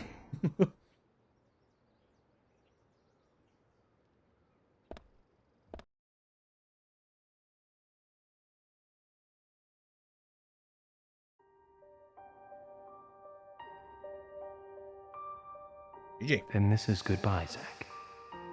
Oh, it's not. See you again in an hour and a half. Thank you for See you again in an hour and a half on GDQ. Ugh. Sleep tight. GG. GG. Not too bad. Not too bad. Not too bad. Bad whatsoever. Cool. Cool. Polly, what's that picture? Oh, that. We took it when the clock tower was built. 50 years ago? That's right. That's me in the middle. That's me I in was the pretty spotlight. popular back then. Using my Men were religion. always Every time. around me. every time I have to make that goddamn stupid joke. Sorry to keep you. Every time. Just Every sign time I have here, to make that goddamn please. stupid joke. Rite of passage. GG anyway. Morgan. Let me get Mr. Morgan. GDQ's URL. As long as they're Hold on. live, which I'm they sorry, should Polly. be. I They're was not. just thinking of a friend. Someone who I was with gonna you for raid a up long, GDQ so you'd be on the right channel, must but have been there's a no really good GDQ friend live, then. so I guess I'll just Otherwise, give you all the link as why to where else would I'm you gonna be remember him at a time later like on. this? Indeed. Both We Twitch and used to YouTube fight, chat. but Twitch he chat, really you wasn't should the probably person. already He's know. gone now, though. But here you go, Gone Twitch chat. away This to a is place where GDQ's we channel. can't meet again. YouTube chat, this is where I will I'm be to sorry do to this hear run that. in an hour and a But if he's a half. friend of Once again, I yours, can't send messages I'm in my sure own he's channel. getting on just Fantastic. fine. Do Thank this you, Polly. PC then. You know what? See if it works there. I don't know why I it think so keeps too. breaking on me, but it does. Where are we? Thanks, YouTube. I'm logged in. It's my channel. Logged into the right account. Thanks. Where is my channel? There's my channel. YouTube chat, this is where you will find me in an hour and a half. Boom, right there. We're doing this run again for, obviously, the Hotifx. Live an hour and a half. Simple as. Plenty of time to go rest up, go check a few things out that I want to check out in terms of routing stuff, and then, yeah. This was still a good run, despite the time loss. This was still a good run. It's a little bit of a shame, but it's still good. It's still good. Definitely had some good things rather than some bad things, which is good. But yeah, no, I'll see you all hopefully over on GDQ's channel. YouTube, I'm gonna let you go first because apparently I've got to find somebody to raid. I was just gonna raid up GDQ, but GDQ's not live until the hotfix. So yeah, no. I'll see you all. I might not see you tomorrow because obviously I thought this run was tomorrow, so I was gonna take tomorrow off. GL with the hotfix tonight. That's changed. Kiri Vang with 100 bits. So I might not stream tomorrow because I will be streaming on Thursday instead, unlike usual where I don't usually stream on Thursdays. So we'll see, I guess. I don't fucking know. Yeah. Goodbye. I'll figure it out. You leave